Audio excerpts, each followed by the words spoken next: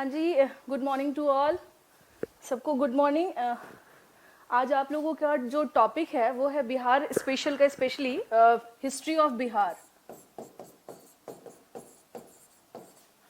History of Bihar.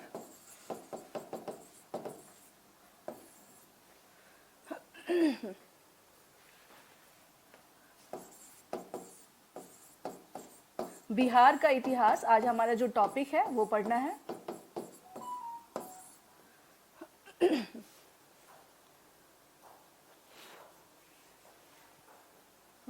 इसमें comment भी नहीं दिख रहे हैं स्टूडेंट के। अच्छा, अभी आएंगे तो स्टार्ट कर दूं या अभी 2 मिनट रुको, चलाते रहो, ठीक है।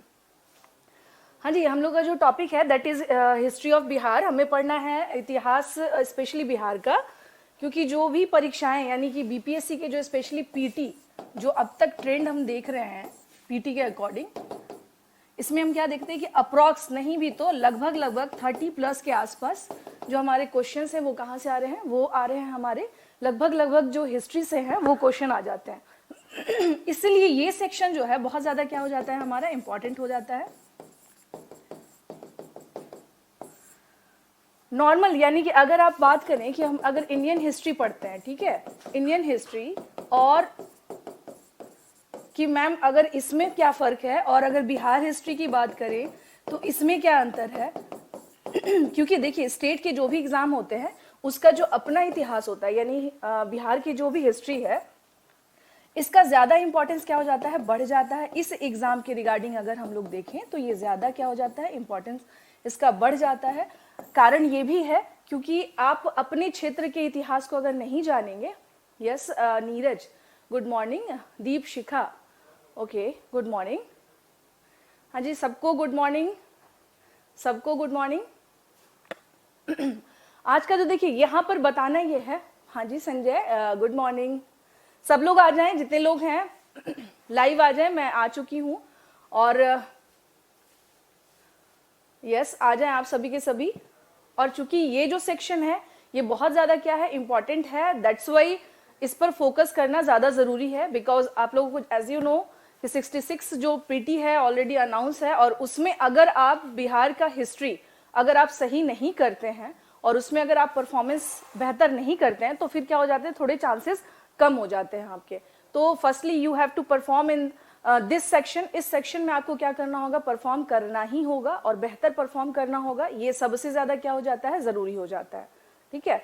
तो यहाँ हम बात करेंगे कि अगर हम लोग देखें, जैसा कि हम जान रहे हैं कि भाई 66वीं बीपीएससी क्या हो चुका है, प्रीलिम्स अनाउंसमेंट हो चुका है ऑलरेडी। दिसंबर में एक एक्सपेक्टेड डेट जो है वो भी अनाउंस्ड है, यहाँ 27 दिसंबर को एग्ज़ाम होगा। वो एक्सपेक्टेड डेट है। लेकिन हम लोग बात कर रहे हैं यहाँ पर कि बीपीएससी के पीटी के रिगार्डिंग स्पेशली बिहार का जो हिस्ट्री है उसके सेक्शन का इतना ज़्यादा इंपॉर्टेंस क्यों है।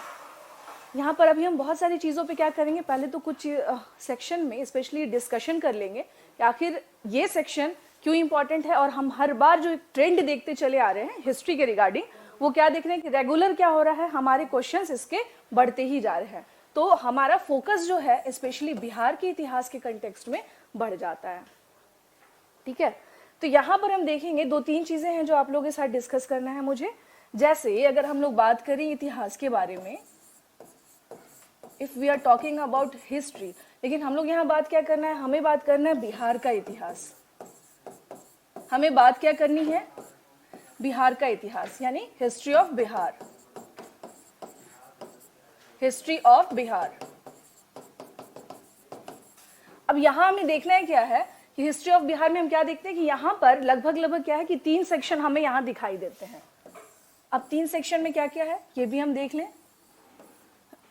जैसे हम देख सकते हैं यहाँ पर ये हो गया हमारा एंशियंट, ये हो गया हमारा मेडिवल, और ये हो गया हमारा मॉडर्न।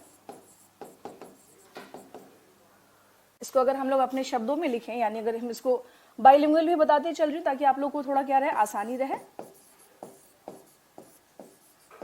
प्राचीन भारत, बट हम लोग क्या कह रहे हैं, बात यहाँ पे हो रही है, इस चीज को ध्यान में रखना है कि ये बिहार के कंटेक्स्ट में है। यहाँ जो बातें हम लोग कर रहे हैं वो किसके कंटेक्स्ट में कर रहे हैं, ये बिहार के कंटेक्स्ट में बात कर रहे हैं। प्राचीन हो गया यहाँ पर,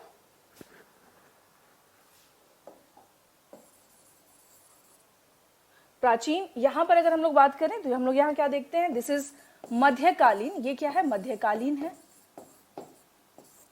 और ये क्या है, हमारा आधुनिक है। यानी आधुनिक कंटेक्स्ट हम बात किसकी कर रहे हैं, बिहार के कंटेक्स्ट में बात कर रहे हैं। यस, हम लोग बात किसके कंटेक्स्ट में कर रहे हैं, बिहार के कंटेक्स्ट में। तो हमें समझना होगा कि अगर हम लोग बात करें कि हिस्ट्री के 3 सेक्शन हैं, एंशियंट हो गए, मेडिवल हो गए और मॉडर्न हो गए, और ये तीनों सेक्शन हम क्या देखते हैं कि पूरा का पूरा लगभग, अगर हम लोग बात करें इस सेक्शन की, if we are talking about this section, तो ये सेक्शन तो आप अगर नॉर्मल हिस्ट्री जो पढ़ते हैं, यानी अगर हम भारतीय इतिहास पढ़ें और अगर हम बिहार का हिस्ट्री पढ़ें तो फर्क नहीं है, क्योंकि हिस्ट्री वहीं से क्या हो रही है, शुरू हो रही है। मीन्स पूरा का पूरा आप क्या देख रहे हैं यहाँ पर, अगर आप सिर्फ इंडस वैली सिविलाइजेशन को अगर आप छोड़ देते हैं तो उसके अलावा हम क्या देखते हैं, स्टोन एज ऑलरेडी कहाँ पर है, बिहार में, उसके कंटेक्स्ट में ऑलरेडी वहां पर हमें दिख रहे हैं जो साइट है, और उसके रिगार्डिंग्स क्वेश्चंस भी आते हैं। उसके अतिरिक्त अगर हम लोग बात करें तो पूरा का पूरा, यानी इस सेक्शन में हम लोग क्या देख रहे हैं, यहाँ पर जो सबसे इंपॉर्टेंट सेक्शन है उसके बारे में हम लोग बात करेंगे। जैसे अगर हम बात करें कि यहाँ पर पाषाण काल, पाषाण काल इट मीन्स स्टोन एज, जहां से क्वेश्चंस हमारे रेगुलर आते हैं पीटी में, और स्पेशली स्टोन एज में क्या पूछा जाता है कि हमारे साइट्स पूछे जाते हैं, जैसे चिरांद हो गया, चेचर हो गया, तो ये कौन से साइट्स हैं और यहाँ पर किस टाइप के एविडेंसेस मिले हैं, तो इसके बारे में हम क्या देखते हैं, यहाँ पर रेगुलर क्वेश्चन पूछे जाते हैं यहाँ पर स्टोन एज के रिगार्डिंग अगर हम लोग बात करें। उसके बाद हम लोग आते हैं पूरे के पूरे मगध के बारे में, ठीक है। तो अगर हम लोग बात करें मगध, तो मगध की स्थापना कैसे हुई, और फिर मगध एम्पायर अगर बना तो कैसे बना, मगध का क्या है, एक अपना इंपॉर्टेंस है। यहाँ पर एक बात ध्यान रखना है कि मगध का मतलब मौर्य नहीं है, ठीक है। यहाँ जो इंपॉर्टेंट बात ये है कि मगध, इट डजंट मीन कि मौर्यंस, मगध का मतलब ये है कि ऑलमोस्ट हम क्या देखते हैं कि यहाँ पर अलग अलग शासक आए हुए थे, अलग अलग रूलर्स ने यहाँ पे रूल किया है, और हम क्या देखते हैं कि ऑलरेडी वैदिक एरा में बहुत सारे ऐसी इसमें एविडेंसेस मिलते हैं कि मगध जो है वहां पर पहले से क्या था, एग्जिस्ट कर रहा था। और अकॉर्डिंग टू सोर्सेस कि हम क्या देखते हैं, सदानीरा नदी जो है, स्पेशली जिसको गंडक नदी का जो एंशियंट नाम है, वहां पर देखने को मिलता है कि वहां पर एंट्री हुई थी वैदिक काल में, और उसके बाद से ही क्या हो जाता है कि यहाँ पर यानी मगध साम्राज्य जो है उसका धीरे धीरे विस्तार होना शुरू होता है। तो ये बात हम लोग करते हैं किस पर, ये हम लोग बात करते हैं यहाँ पर मगध।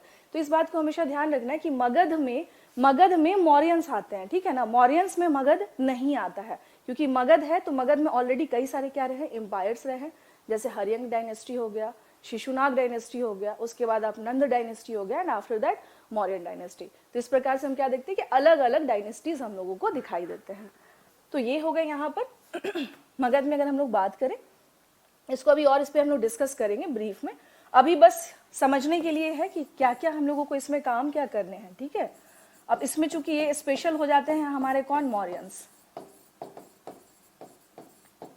जो मौर्यंस हैं ये क्या हो जाते हैं, काफी ज्यादा इंपॉर्टेंट सभी कंटेक्स्ट में। क्वेश्चंस किस प्रकार के पूछे जाते हैं, यहाँ पर क्वेश्चंस हो गया, जैसे अगर हम बात करें कि मौर्यों की प्रशासनिक व्यवस्था, एडमिनिस्ट्रेटिव सिस्टम ऑफ मौर्यंस, उसमें जो है जो अधिकारी हुआ करते थे, जस्ट लाइक रज्जुक क्या कहलाते थे, सीता अध्यक्ष किसको बोला जाता था, तो इस टाइप के क्वेश्चन जो हम देखते हैं, जो वहाँ के न्यायाधीश थे, यानी अगर बात करें कि मगध में जो उस टाइम पे जुडिशियरी सिस्टम के जो न्यायाधीश हुआ करते थे, उनको क्या कहा जाता था, ठीक है। कंटक शोधक, कई बार क्वेश्चन आ चुके हैं आप लोगों के बिहार की हिस्ट्री में, कंटक शोधक कौन था इसके रिगार्डिंग। तो इस तरीके से हम क्या देखते हैं कि स्पेशली मौर्यन के कंटेक्स्ट में, if you are talking about in the context of Mauryans, तो हम क्या देखते हैं कि वहां पर स्पेशली हमें क्या दिखाई देता है कि मौर्यंस में जो एडमिनिस्ट्रेटिव सिस्टम्स है उसके रिगार्डिंग क्वेश्चंस आते हैं, regarding Dhamma also, Dhamma in the sense कि जो अशोक ने स्टार्ट किया था। यहाँ भाई धम्म की अगर हम लोग बात करें तो धम्म है क्या, और धम्म के रिगार्डिंग अशोक के द्वारा जो कार्य किए गए थे, स्पेशली जो उसके 14 अभिलेख हैं और उसके जो 7 पिलर स्तंभ लेख हैं, तो उसमें किस तरह की बातें हैं। और समटाइम कई बार तो जैसे अशोक के द्वारा पशु बलि पर निषेध किसमें बताया गया है, ये कौन से अभिलेख में है, या अशोक के 14 अभिलेख में से किसमें ये पाया जाता है, अशोक के 14 शिलालेख में से ये किसमें उत्कीर्ण है। तो ये बात हम लोग क्या देखते हैं कि यहाँ पर ऑलरेडी इसके रिगार्डिंग, यानी कि जो 14 का 14 जो हम एडिक्ट्स देखते हैं, इसको स्पेशली 14 रॉक एडिक्ट्स बोलते हैं, रॉक एडिक्ट्स बोला जाता है इसे, रॉक एडिक्ट्स। रॉक एडिक्ट का मतलब ही हो गया इसे शिलालेख। शिलालेख का मतलब ये होता है कि जब हम पत्थरों को काट करके उस पर अपनी बात को क्या करवाते हैं, लिखवाते हैं, यानी अकॉर्डिंग टू धम्माज, क्योंकि अशोक धम्म को फॉलो कर रहा था और अपने मैसेज को अपनी जनता तक पहुंचाने के लिए उसने किसका सहारा लिया, उसने सहारा लिया इन शिलालेखों का। यानी ये 14 रॉक एडिक्ट जो हैं उसके माध्यम से उसने क्या किया कि अपनी बातों को पहुंचाया, और बातों में इन द सेंस कि क्या, जो भी बेहतर बातें जिसे हम कहते हैं उस तरह की बातों को उसने क्या किया है, बताया है।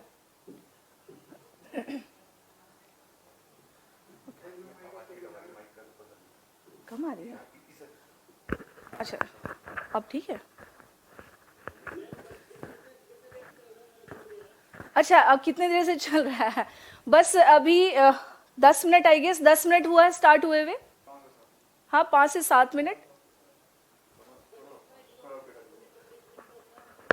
आप थोड़ा तेज बोलेंगे प्लीज, क्या कह रहे हैं? हाँ, बस अभी यही लिख रखा है मैंने। पानी पिलवाएंगे? थोड़ा तेज कर दीजिए, मैं सुन लूँ क्या बोल रही है। अभी ये जस्ट हार्डली 5 to 10 मिनट्स हुआ है। क्या नाम है आपका? हाँ, चंदन जी, बस 5 to 10 मिनट्स हुए हैं, so don't worry about that, उसके लिए परेशान। मैं फिर से समझा दूंगी। आज वैसे भी इंट्रोडक्टरी क्लास है, आप लोगों का एक तरह से परिचय वाली क्लास है, तो कि बिहार इतिहास में हम लोगों को पढ़ना क्या है और किस प्रकार से पढ़ना है, तो इसके लिए बहुत समस्या वाली बात नहीं है। मैं फिर से समझा दूंगी। मुझे पता, चूंकि मॉर्निंग के टाइम पे अक्सर बच्चे लेट हो जाते हैं, है ना।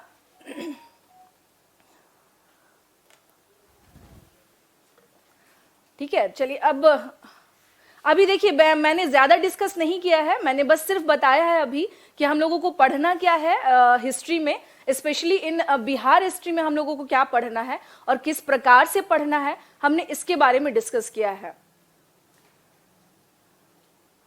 आवाज आप लोगों को आ रही है अब तेज? Okay okay okay okay okay, ठीक है। तो देखिए, अब फिर से मैं, जो भी बच्चे लेट भी अगर आए हैं तो कोई बात नहीं है, इसके लिए परेशान होने की बात नहीं है। मैं आप लोगों को फिर से बता देती हूँ इसमें क्या है। क्योंकि आज वैसे भी मैंने बताया कि आज इंट्रोडक्टरी क्लास है, थोड़ा सा हो सकता है मे बी आपके आने में थोड़ा लेट हो गया, बट नो इशू, यहाँ पर हम लोग आगे बता सकते हैं। अभी देखिए, बिहार हिस्ट्री के बारे में बात हो रही थी। फिर से सुन लीजिए, 3 पार्ट से, जैसा आप सभी जानते हैं, प्राचीन, मध्यकालीन और आधुनिक, ये तीनों के तीनों हमें क्या करने हैं, बिहार के कंटेक्स्ट में पढ़ने हैं।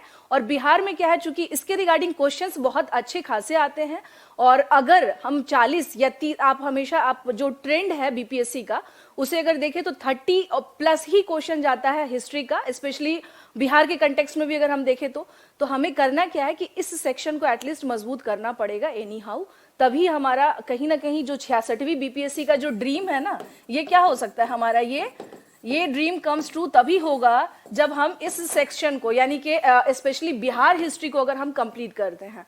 ठीक है, ये सबसे ज्यादा इंपॉर्टेंट है। और अगर हम इसे नहीं करेंगे तो फिर कहीं ना कहीं से क्या होगा, आप सिर्फ करंट के सहारे और या फिर कुछ सेक्शंस के सहारे आप नहीं निकल सकते। अगर आपका बिहार का इतिहास ठीक नहीं है तो फिर कहीं ना कहीं से क्या होगी, दिक्कत आएगी ही आएगी, समस्या आनी ही आनी है। तो इस सेक्शन को बच्चों आप लोगों को करना क्या है, फर्स्टली यू हैव टू, आपको ये सेक्शन को एनी हाउ स्ट्रॉन्ग करना होगा। ठीक है, तो बस अभी मैं एक इंट्रोडक्शन आप लोगों को दे रही थी कि हम लोग बात किसके बारे में कर रहे हैं, कि एंशियंट है, मेडिवल है और मॉडर्न है। यहाँ पर मैंने अभी यही बताया है, ज्यादा चीजें अभी मैंने डिस्कस नहीं की थी, लेकिन चलिए मैं फिर से अभी कुछ चीजें नहीं बता ही देती हूँ क्या क्या है अभी हम लोगों को करना है। अगर हम लोग बात करें एंशियंट, हम लोग एंशियंट के बारे में अगर बात करते हैं, यहाँ पर ancient history of Bihar, ancient history of Bihar, यानी कि प्राचीन इतिहास किसका, स्पेशली बिहार का, यानी बिहार का प्राचीन इतिहास कह लीजिए इसे, बिहार का प्राचीन इतिहास। ठीक है, अब यहाँ पर हम लोगों को करना क्या है, यहाँ पर जो क्वेश्चंस, यानी स्पेशली हम देखेंगे क्या कि विच काइंड ऑफ क्वेश्चंस जो है वो कहाँ से आते हैं और कौन कौन से सेक्शंस जो है ये कवर कर रहा है। तो अगर हम लोग देखें तो हम क्या, मैंने अभी बताया है कि स्टोन एज से हम देख रहे हैं कि क्वेश्चन आ रहा है। Stone age in the sense पाषाण काल, पाषाण काल से क्वेश्चंस अच्छे खासे आ रहे हैं, ठीक है, अच्छे खासे इन द सेंस साइट्स अक्सर पूछ देते हैं। उसके अलावा अगर हम लोग बात करें तो यहाँ पर देख लेते हैं कि कुछ टर्मिनोलॉजी, स्पेशली कि ऋग्वैदिक काल में बिहार को क्या बोला गया है, जैसे व्रात्य देश से कौन जाना जाता था, किकट प्रदेश के नाम से कौन जाना जाता था। तो ये सारी बातें हम देखते हैं। किकट जो है ये टर्मिनोलॉजी काफी बार क्या हुआ है, यूज हुआ है। और क्या बिहार के जो लोग हैं या बिहार जो है उसको बर्बर बताया गया है वहाँ के वैदिक जो हमारे टेक्स्ट है। तो इस तरह की क्वेश्चंस जो है हम क्या देखते हैं यहाँ पर आते हैं। जैसे हम क्या बात कर रहे हैं वैदिक एज के रिगार्डिंग, तो वैदिक एज में भी क्या आता है, क्वेश्चंस हमारे ये आते हैं। वैदिक काल में क्वेश्चंस का पैटर्न अगर हम लोग इसमें समझने की कोशिश करें कि ये किस टाइप के क्वेश्चन आते हैं, जैसे ये पूछ देते हैं क्या कि बिहार को किस नाम से, स्पेशली बिहार को किस नाम से जाना जाता था,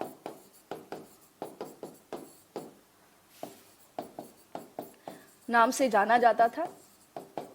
इस तरह के अलग अलग, जैसे कि ऋग्वेद में क्या बोला गया है, ठीक है ना, और अलग अलग पुराणों में इसमें क्या नाम आया है बिहार का। तो इस तरह के क्वेश्चंस हम क्या देखते हैं कि आ जाते हैं इसमें, यानी अगर एंशिएंट इसमें बात करें वैदिक एरा के टाइम पे।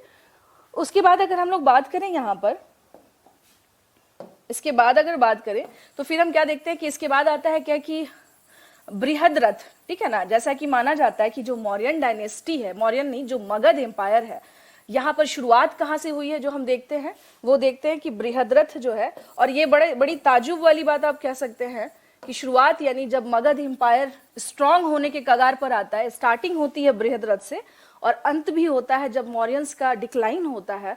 The last ruler was of Mauryan dynasty was also Brihadratha. It's coincident, ये कोइंसिडेंट हम कह सकते हैं, लेकिन हाँ आप याद रख सकते हैं कि अगर हम बात करें तो हम क्या देखते हैं कि बृहद्रथ वंश है, जरासंध है, वहां से हम क्या देखते हैं शुरुआत हो रही है। और उसके बाद अगर जैसे स्पेशली कि डायनेस्टी कौन कौन सी इंपॉर्टेंट हो जाती है, जैसे हर्यंक वंश,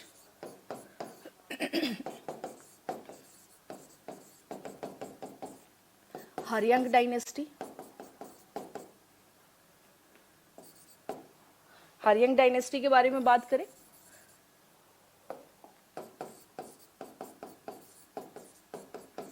यहाँ, अगर हर्यंक डायनेस्टी की बात करें तो यहाँ क्या देखते हैं कि ये वंश बहुत ज्यादा क्या हो जाता है, इंपॉर्टेंट हो जाता है। बिकॉज यहाँ पर 2-3 रूलर्स ऐसे हैं जिसके बारे में हम क्या देखते हैं कि जिनका अपना स्पेसिफिक काम रहा हुआ है। और मगध को यहाँ पर हम लोग देख सकते हैं, यहाँ पर कुछ चीजें मैं आप लोगों को और समझा देती हूँ कि किस फॉर्म में हम लोग इसको देखेंगे। जस्ट लाइक अगर आप देखिए, अगर हम देखें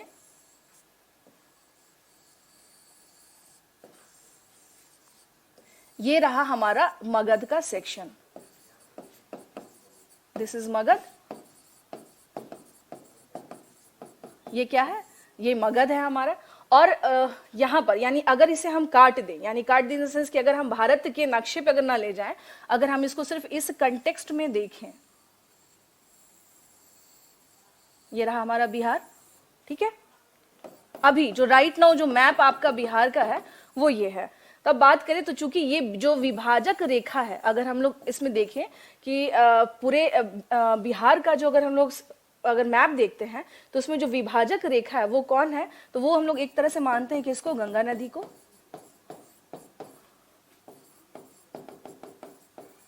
गंगा रिवर को, ठीक है। अब यहाँ पर हम लोग क्या देखते हैं कि यहाँ पर यानी हमने क्या किया है कि समझ लीजिए ये उस टाइम का, या हम लोग बात कब कर रहे हैं कि जब ईसा पूर्व की बात हो रही है, यहाँ पर ईसा पूर्व की बात हो रही है, ये रहा हमारा मगध, ओके। तो मगध में हम लोग क्या देखते हैं यहाँ पर कि यहाँ पर जैसे अगर हम बात करें तो गंगा नदी के होने का क्या रहा है, इस क्षेत्र का बहुत ज्यादा डेवलपमेंट क्यों हो पाया, क्योंकि एक तो क्या थी, एक बहुत ही जो हमेशा जिसमें जल रहे, सदानीरा नदी जिसको कह सकते हैं, जिसमें हमेशा, वैसे तो गंडक नदी को कहा जाता है सदानीरा क्योंकि उसमें हमेशा जल रहता है, लेकिन अगर इसके अलावा भी हम लोग बात करें तो गंगा नदी का होना ही क्या है, अपने आप में बहुत ज्यादा इंपॉर्टेंस रखता है। तो ये क्षेत्र धीरे धीरे कैसे डेवलप होने लगा कि पहले तो ये क्या था, ये पूरा का पूरा हम देखते हैं कि ये जंगल वाला क्षेत्र था, लेकिन जैसा कि हम जानते हैं कि 600 BC यानी छठी शताब्दी ईसा पूर्व में, छठी शताब्दी ईसा पूर्व में हमने क्या देखते हैं कि इस टाइम पर लोहे की खोज हो गई थी, लोहे की खोज हो गई थी। It means iron was discovered in this time period. अब ये जो था ये एक बहुत बड़ा क्या था, चेंज था। इस टाइम पे अगर आयरन ढूंढा गया, ठीक है, तो यहां पर कुछ चीजें क्या करनी समझनी है। जैसे हम देखते हैं कि छठी शताब्दी ईसा पूर्व में लोहे की खोज होना क्या था, ये एक अपने आप में एक बदलाव का बहुत बड़ा क्या था, सिंबल था, क्योंकि इसके बाद अब तक जो सभ्यता चली आ रही थी वो क्या थी हमारी, वो स्पेशली तांबे यानी कॉपर का यूज हो रहा था या कांसे का यूज हो रहा था। जैसे कि हमने तांबे में क्या किया, टीन मिला दिया, तो वो क्या हो गया, आप इस तरह से हम देख रहे हैं, इसको ब्रॉन्ज एज भी बोला जाता है। इंडस वैली सिविलाइजेशन की कुछ ऐसे टाइम पे हम देखते हैं क्या कि वहां पर कांसे की का नॉलेज था और उसके साथ साथ तांबे का भी नॉलेज था। लेकिन उसके अलावा धातु यानी मेटल्स की बात करें तो उस टाइम पर हम क्या देखते हैं कि लोहे का नॉलेज नहीं था। तो प्राचीन इतिहास में if you are talking about in, अगर हम बात करें कि एंशियंट हिस्ट्री में कौन सा ऐसा टाइम पीरियड रहा है जब एक बहुत बड़े लेवल पे या बहुत बड़े स्तर पे चेंजेस देखने को मिला है, तो वो हमें दिखता है कब, छठी शताब्दी ईसा पूर्व में। क्यों? क्योंकि इस समय पर लोहे की खोज हो गई थी। अब लोहे की खोज होने से क्या फर्क पड़ा?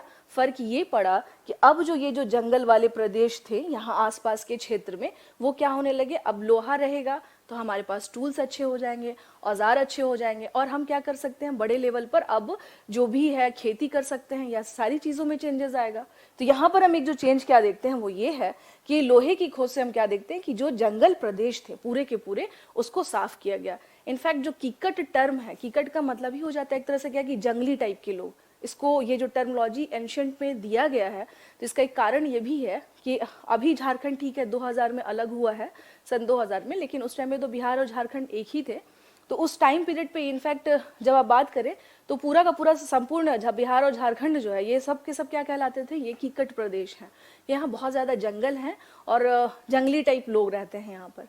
लेकिन जब आयरन का डिस्कवर हो गया तो हम क्या देखते हैं, बड़े स्तर पर चेंज आया। चेंज क्या आया? चेंज आया कि अब ये सारे एरिया साफ होने लग गए और धीरे धीरे क्या होने लगा, विस्तार होने लगा, जगह जो है लोग वहाँ पर बसने लगे। और यहाँ पर गंगा नदी का जो क्षेत्र है इसके आसपास में लोग अब बड़ी संख्या में क्या होने लगे, धीरे धीरे आने लगे। और यहीं से हम क्या चेंज देखते हैं कि पाटलिपुत्रा जो है, जो शहर है, वो धीरे धीरे फिर क्या हुआ, डेवलप हुआ। तो मगध की अगर हम लोग बात करें तो मगध के बारे में हम क्या देखते हैं कि छठी शताब्दी ईसा पूर्व जो है ये एक हमारा क्या है, यू टर्न रहा है एंशिएंट हिस्ट्री के रिगार्डिंग। क्योंकि अगर आयरन की खोज नहीं होती तो हम क्या देखते हैं कि जो 16 महाजनपद की बात हम लोग करते हैं, 16 है 16 महाजनपद, तो 16 महाजनपद जो है वो डेवलप नहीं हो पाता। महाजनपद भी थोड़ा समझ लेंगे कि है क्या।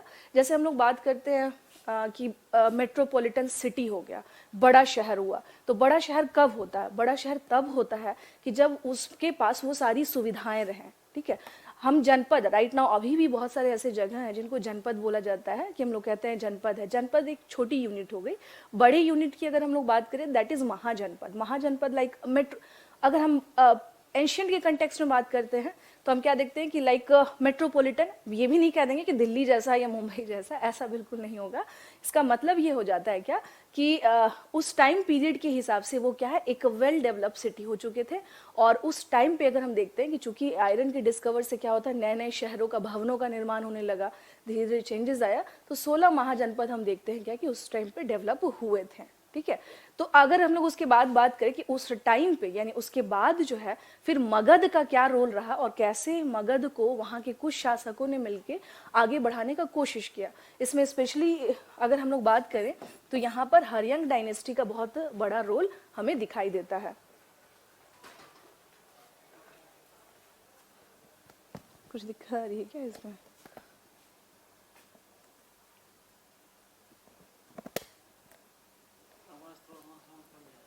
अभी अब अच्छा पहले चेक कर लीजिए एक बार, अब साउंड कैसा है? पूछो क्या है स्टूडेंट से? ठीक है, ओके ओके, ठीक है। तो हम लोग क्या यहाँ पे बात कर रहे थे, हम लोग बात कर रहे थे यहाँ पर कि हरियंक डायनेस्टी जो है, यहाँ पर कुछ शासक, यहाँ पर दो नाम में अक्सर स्टूडेंट क्या हो जाते हैं, कंफ्यूज हो जाते हैं, स्पेशली जो नए बच्चे भी हैं, जो लोग नए स्टूडेंट आ रहे हैं, एग्जाम देने जा रहे हैं, तो हिस्ट्री में नाम को लेकर के बड़ी परेशानी होती है। परेशानी इन द सेंस कि मैम बिंबिसार और बिंदुसार एक ही था क्या? तो यहाँ पर इस चीज़ को समझना है कि दोनों एक बिल्कुल नहीं थे।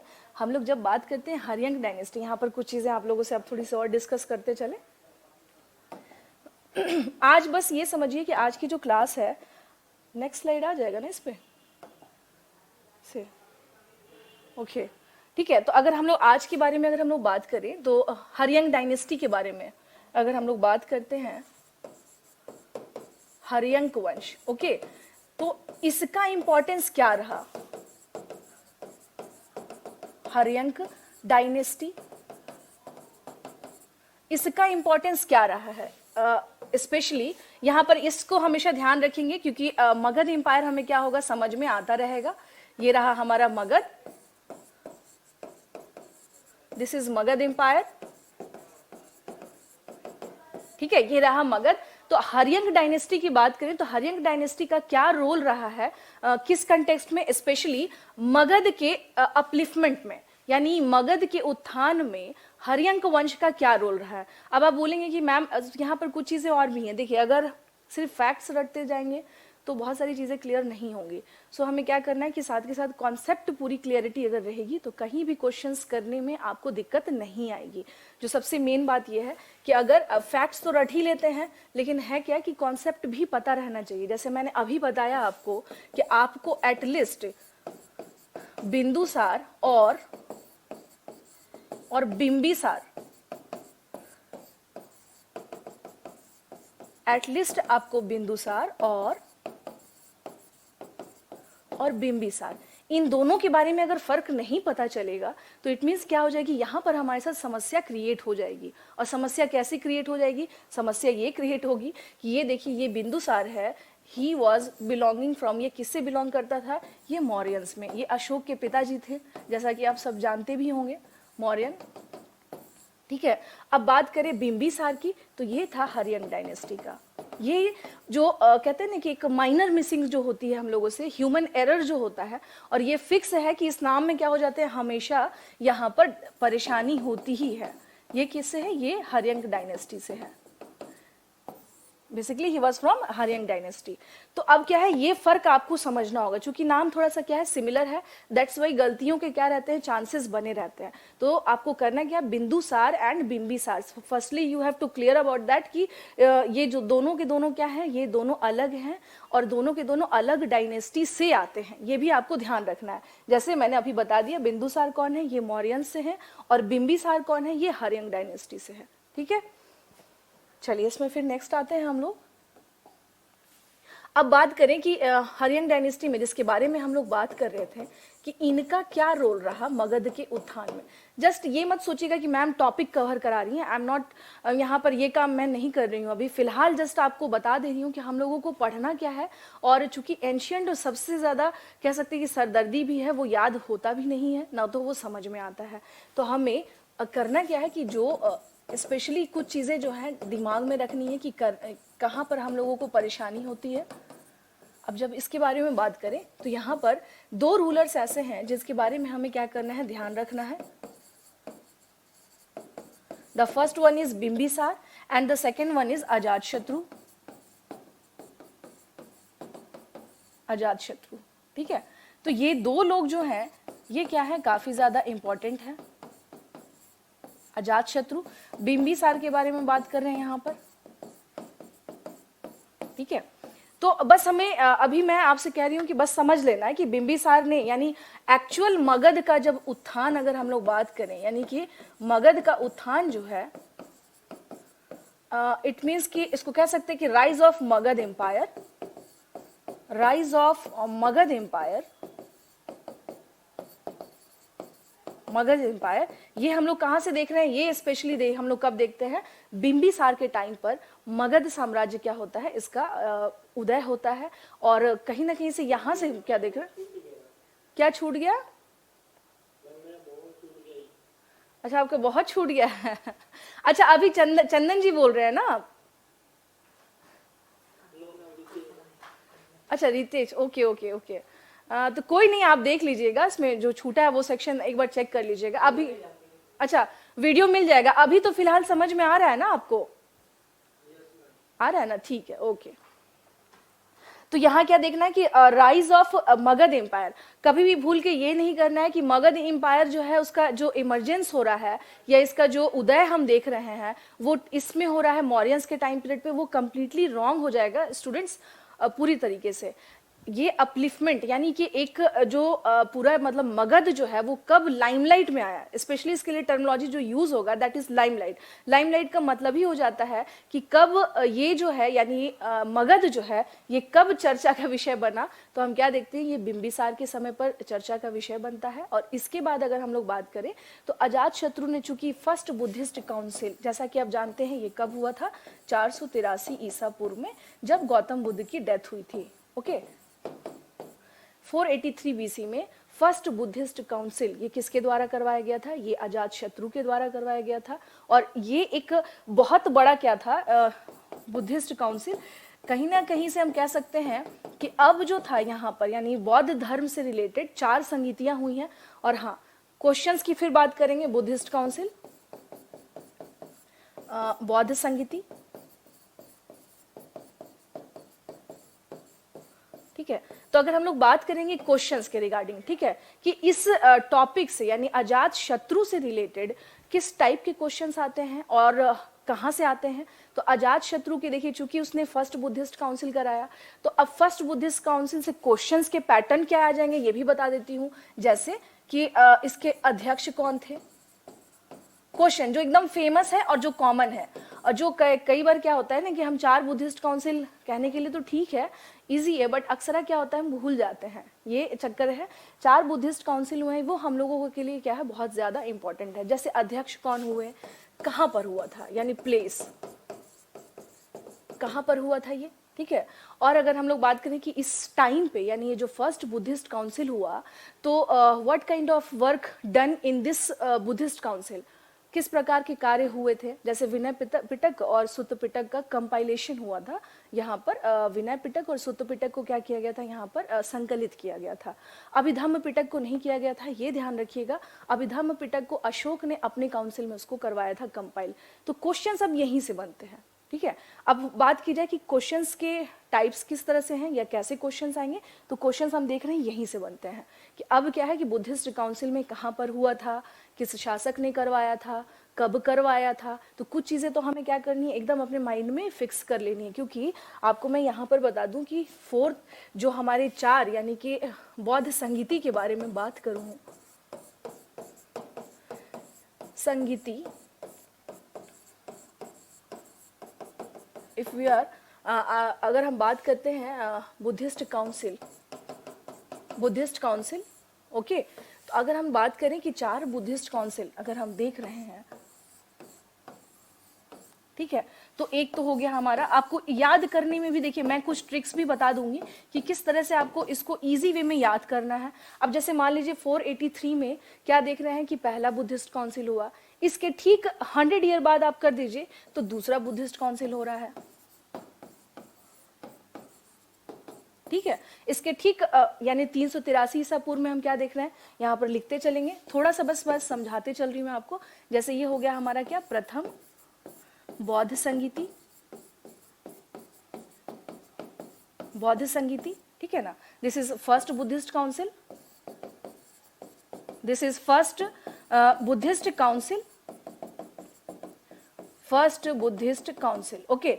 अब इसके रिगार्डिंग यहां पर हम लोग बात करें तो ये हो गया, दिस इज सेकेंड, यानी ये कौन सा था, ये द्वितीय बौद्ध संगीति थी, ये द्वितीय बौद्ध संगीति थी, ये वाली, ठीक है। थर्ड, उसके बाद हम लोग बात करते हैं थर्ड। देखिए थर्ड वाले में क्या है ना कि कुछ जगह पे आपको 251 भी दिखेगा और कुछ जगह पे 250 भी दिखेगा। इट मीन्स कि 250 ईसा पूर्व भी दिखाई देता है और कई जगह पे 251 भी आता है। तो यहाँ पर जो है हमें क्या करना है कि एक माइंड में फिक्स कर देना कि कई बार आयोग क्या करता है कि वो अपने अकॉर्डिंग आपको यहाँ पर मैं आप लोगों को एक हेल्प ये कर दूंगी कि अब तक आयोग ने क्या आंसर माना है, इज इट 250 और इज इट 251। जैसे अब हम लोग बात करें ये 251 और 250, ओके, यही डेट इसमें क्या होता है कि लगभग लगभग अनुमानतः जो इसका ये है, तो ये हो गया हमारा third Buddhist council. This is third Buddhist council, Buddhist council, okay. और जो पहला जो लास्ट रह गया ये हमारा रहा 100 एडी में। 100 एडी में ये कहां पर हुआ था, ये फोर्थ में, ये मेनली क्या है, this is fourth Buddhist council.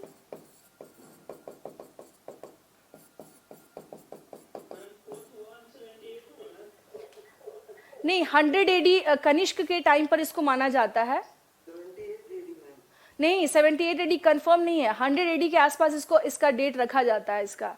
तभी तो मैं आपसे कह रही हूँ कि हर जगह अलग अलग डेट आपको दिखेगा। देखिए मैंने अशोक में पहले ही बता दिया कि 251 और 250 का कॉन्ट्रडिक्शन आपको दिखेगा, ठीक है। तो यहाँ पर आपका नाम क्या है?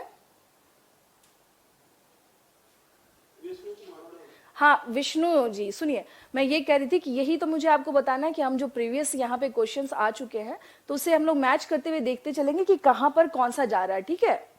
जैसे मैंने बताया ना कि अशोक का कई जगह 250 दिखेगा, 251, तो स्लाइटली डिफरेंस के लिए तैयार रहना चाहिए। हिस्ट्री में स्पेशली देखिए, एंशियंट हिस्ट्री में चूंकि बहुत सारे सोर्सेज नहीं थे और बहुत सारी बुक्स नहीं थी, तो वहां पर क्या है कि एक प्रेडिक्शन है, एक अनुमान है कि हाँ ये रहा होगा। तो कुछ बुक्स में आप देखिएगा कि अब जैसे बात करें कि अलग अलग जगहों पे माना जाता है कि कुछ में कुछ नाम है, कुछ बुक्स में कुछ नाम है, तो ये जो है इसके लिए you have to always ready for that, ठीक है, ठीक है ना। सो अब मैं इसके रिगार्डिंग इसलिए तो मैं कह रही हूँ कि जो कॉन्ट्राडिक्शन वाले क्वेश्चन है, यानी जहां पर मामला जाके थोड़ा सा कई बार क्या है कि हम लोग को ये भी चेकआउट करना होता है कि आयोग क्या मान रहा है, समझ रहे हैं आप। तो इस चीज को ध्यान, हाँ तो इस चीज को ध्यान रखना होगा कि आयोग ने क्या माना।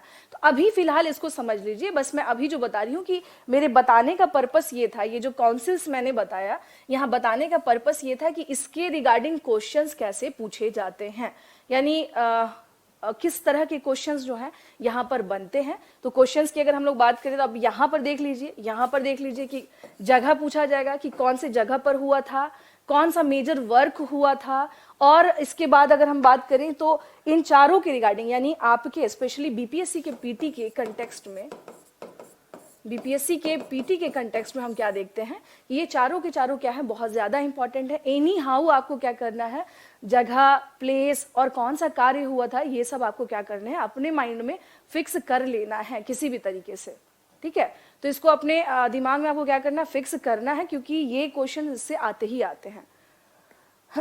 तो इस तरह से क्या हम देखते हैं कि ये था मेनली जो मैंने आपको बताया कि किस टाइप के जो क्वेश्चंस बनते हैं, अलग अलग टाइप के जो क्वेश्चंस बनते हैं कि कौन सा जगह है, कौन सा स्थान है। अब आते हैं हम लोग देखते हैं कि मौर्यंस में,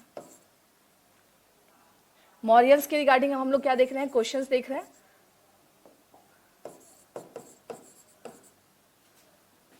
सॉरी, मौर्यन एम्पायर यानी मौर्यन साम्राज्य के बारे में हम लोग बात कर रहे हैं, मौर्यन एम्पायर। अब यहाँ पर एक चीज आप समझ लीजिएगा कि एम्पायर किसको बोलते हैं, हमेशा ध्यान रखना होगा हम लोगों को। What do you mean by empire, empire किससे कहा जाएगा। जैसे मान लीजिए ये हो गया हमारा मगध, ठीक है। तो एम्पायर का कंटेक्स्ट जो है पूरे के पूरे आप देखिएगा कि एक मुगल साम्राज्य बोला जाता है, यानी एम्पायर में हम क्या देखते हैं, दो ही का नाम आता है।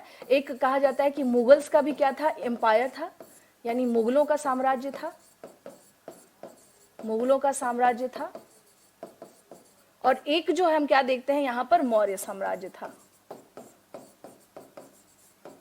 मौर्य साम्राज्य था, ठीक है। तो अब बात करें कि हम लोग साम्राज्य किसे बोलते हैं, और हम लोगों ने अगर आप बात करेंगे तो यहाँ देखिएगा कि हमने दिल्ली सल्तनत भी देखी है, दिल्ली सल्तनत भी देखी है। तो एक हमेशा इस चीज को ध्यान रखना, जैसे कहते हैं ना कि सल्तनत, सल्तनत में और साम्राज्य में, अगर यहाँ पर ये क्वेश्चन हो कि आप थोड़ा सा क्या करें, माइंड में अपने फिक्स करें कि सल्तनत और साम्राज्य में फर्क क्या है। देखिए सल्तनत जो है ना वो एक स्पेसिफिक एरिया होगा, जस्ट लाइक दिल्ली सल्तनत की अगर हम लोग बात करते हैं तो वो एक स्पेसिफिक एरिया है जो दिल्ली के आसपास में है, ठीक है। लेकिन अगर हम लोग बात करते हैं साम्राज्य के बारे में, कंटेक्स्ट अगर हम बात करते हैं कि in the context of empire, तो एम्पायर के कंटेक्स्ट में हम क्या देखते हैं कि एक बड़ा क्षेत्र, अब जैसे देख लीजिए मौर्यंस की बात करें तो ये पूरा का पूरा जो क्षेत्र है लगभग यहां तक हम देखते हैं क्या कि मौर्यंस का, मौर्य का साम्राज्य विस्तार, ठीक है, मौर्य का साम्राज्य विस्तार, मौर्य का साम्राज्य विस्तार। अब साम्राज्य विस्तार में हम क्या देखते हैं, ये देख लीजिए, ये पूरा का पूरा क्या है, उत्तर पश्चिम का क्षेत्र है। इसका मतलब हो गया नॉर्थ वेस्ट का जो पूरा का पूरा एरिया है, नॉर्थ वेस्टर्न, ये पूरा का पूरा एरिया क्या है, किसका है, ये हम लोग देखते हैं किसका, तो ये पूरा का पूरा किसका था, ये मौर्यों का था। और यहाँ पर एक चीज और बता दूं कि अशोक पॉपुलर कब हुआ था, या अशोक को कब मौका मिला कि मौर्य साम्राज्य को वो स्टैब्लिश करके राजा बन सके, तो आप सबको पता होगा, या फिर अगर आप जानते होंगे कि बिंदुसार ने उसे कहाँ भेजा था, तक्षशिला भेजा था। और तक्षशिला था कहाँ पर, ठीक है, तक्षशिला का था कहाँ पर,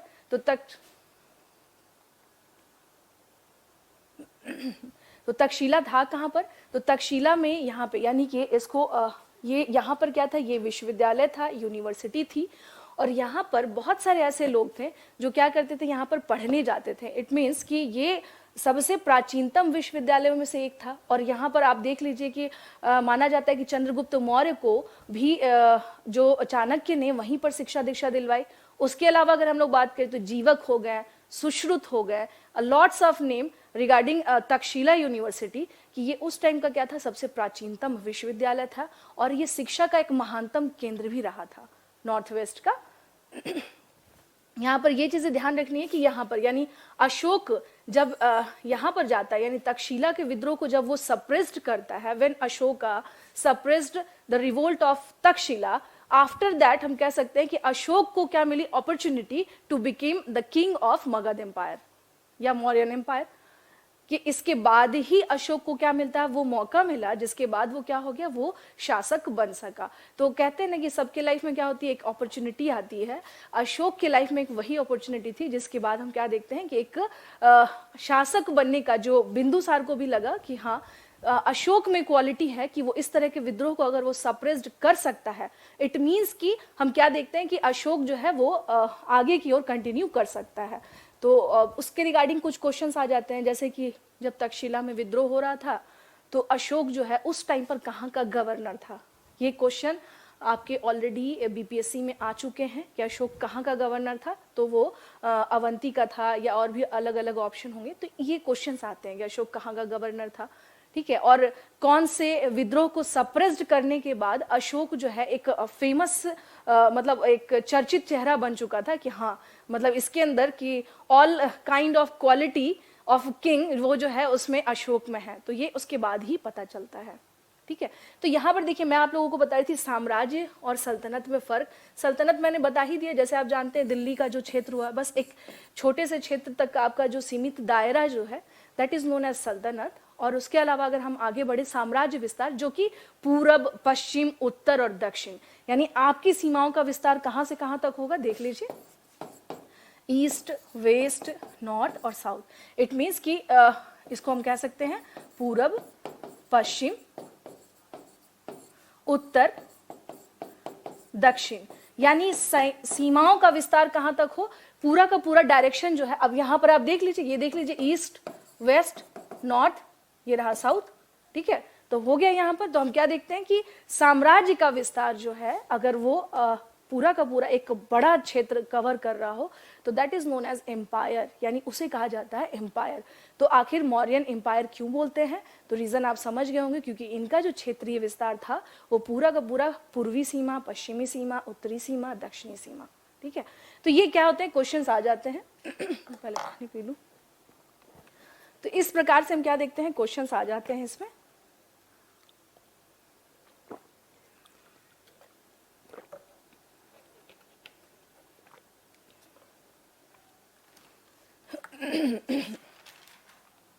तो ये था आपको कि मगध स्पेशली जो है मौर्यंस के बारे में। अब यहाँ सल्तनत जोड़ मत दीजिएगा, मैंने बस मैंने सिर्फ एक एग्जाम्पल दिया है कि आखिर क्या फर्क होता है सल्तनत में और साम्राज्य में।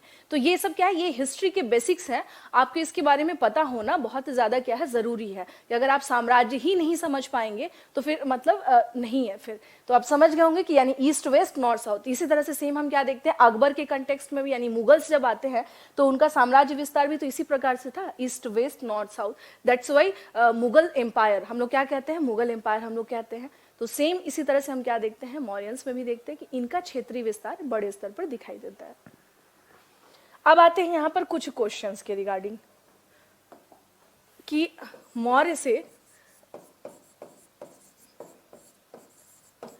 मौर्य काल से पूछे जाने वाले प्रश्न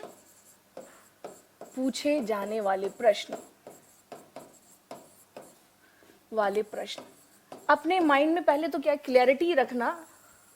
क्वेश्चंस रिलेटेड टू मौर्यंस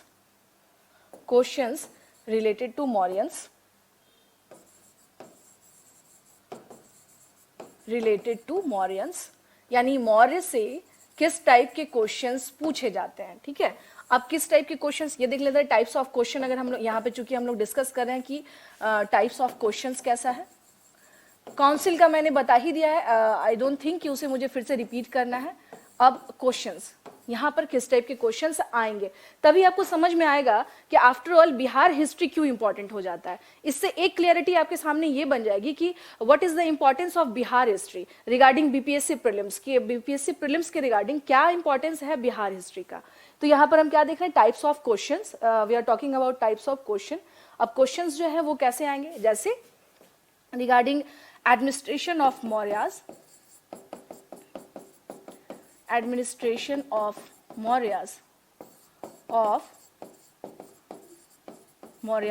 यानी मौर्य प्रशासन,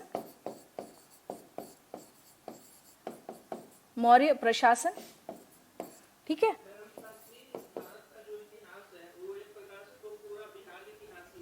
हाँ, एक प्रकार से नहीं, वो बिहार का ही इतिहास है, सिर्फ उसमें आप इंडस वैली सिविलाइजेशन को अगर थोड़ा सा साइड कर दें तो।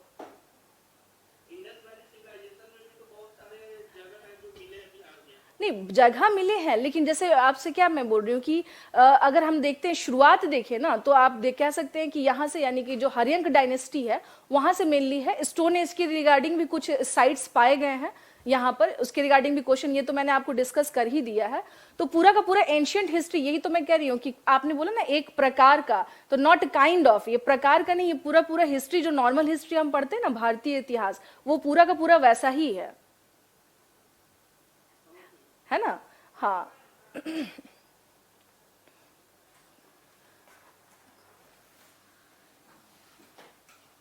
ठीक है, चलिए तो यहां पर हम देखते हैं क्या कि मौर्य प्रशासन में ध्यान रखिएगा स्पेशली क्या जो इसके अधिकारी होते थे, अधिकारियों से संबंधित जो टर्मोलॉजी होता है उसके रिगार्डिंग क्या करते हैं ये लोग क्वेश्चन पूछते हैं।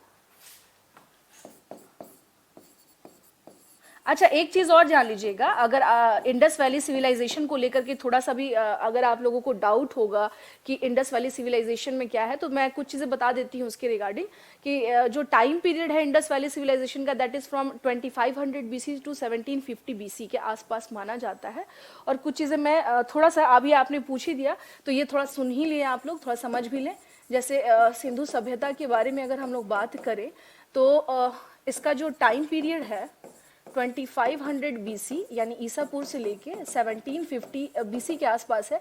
और क्षेत्र यानी भारत में इसके क्षेत्र की बात करें तो हम क्या देखते हैं, स्पेशली देखिए जो हड़प्पा जब डिवीजन हो गया इंडिया पाकिस्तान का, तो बहुत सारे एरिया क्या हो चुके हैं, पाकिस्तान में चले गए। और जो रेस्ट बच गए, तो बच गए मीन्स जैसे क्वेश्चंस आपके आ जाते हैं कई बार कि भाई जो आपको सिंधु सभ्यता का सबसे पूर्वी क्षेत्र कौन सा है, सबसे पश्चिमी क्षेत्र कौन सा है, सबसे उत्तरी क्षेत्र कौन सा है, यानी क्षेत्र इन द सेंस की उत्तरी स्थल जो साइट्स पाए गए हैं उसके बारे में पूछा जाता है क्वेश्चन। तो सबसे उत्तरी स्थल कौन सा है और सबसे दक्षिणी स्थल कौन सा है रिगार्डिंग इंडस वैली सिविलाइजेशन। ठीक है, लेकिन अगर हम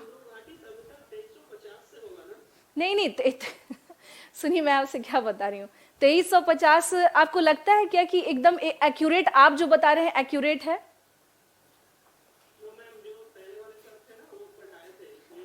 नहीं, जैसे एक अंदाजा देखिए, कोई भी सभ्यता अचानक से तो डेवलप नहीं हो जाती है, उसमें थोड़ा टाइम लगता है। तो एक जो मैक्सिमम टाइम मैंने आपसे बताया ना कि स्लाइटली तैयार रहा कीजिए हिस्ट्री में, स्लाइटली की माइन्यूट फर्क हो सकता है 2300 से 2500। तो कई जगह जैसे आप कुछ अच्छी अच्छी बुक्स अगर आप देखेंगे तो वहां पर आपको 2500 मिल जाएगा।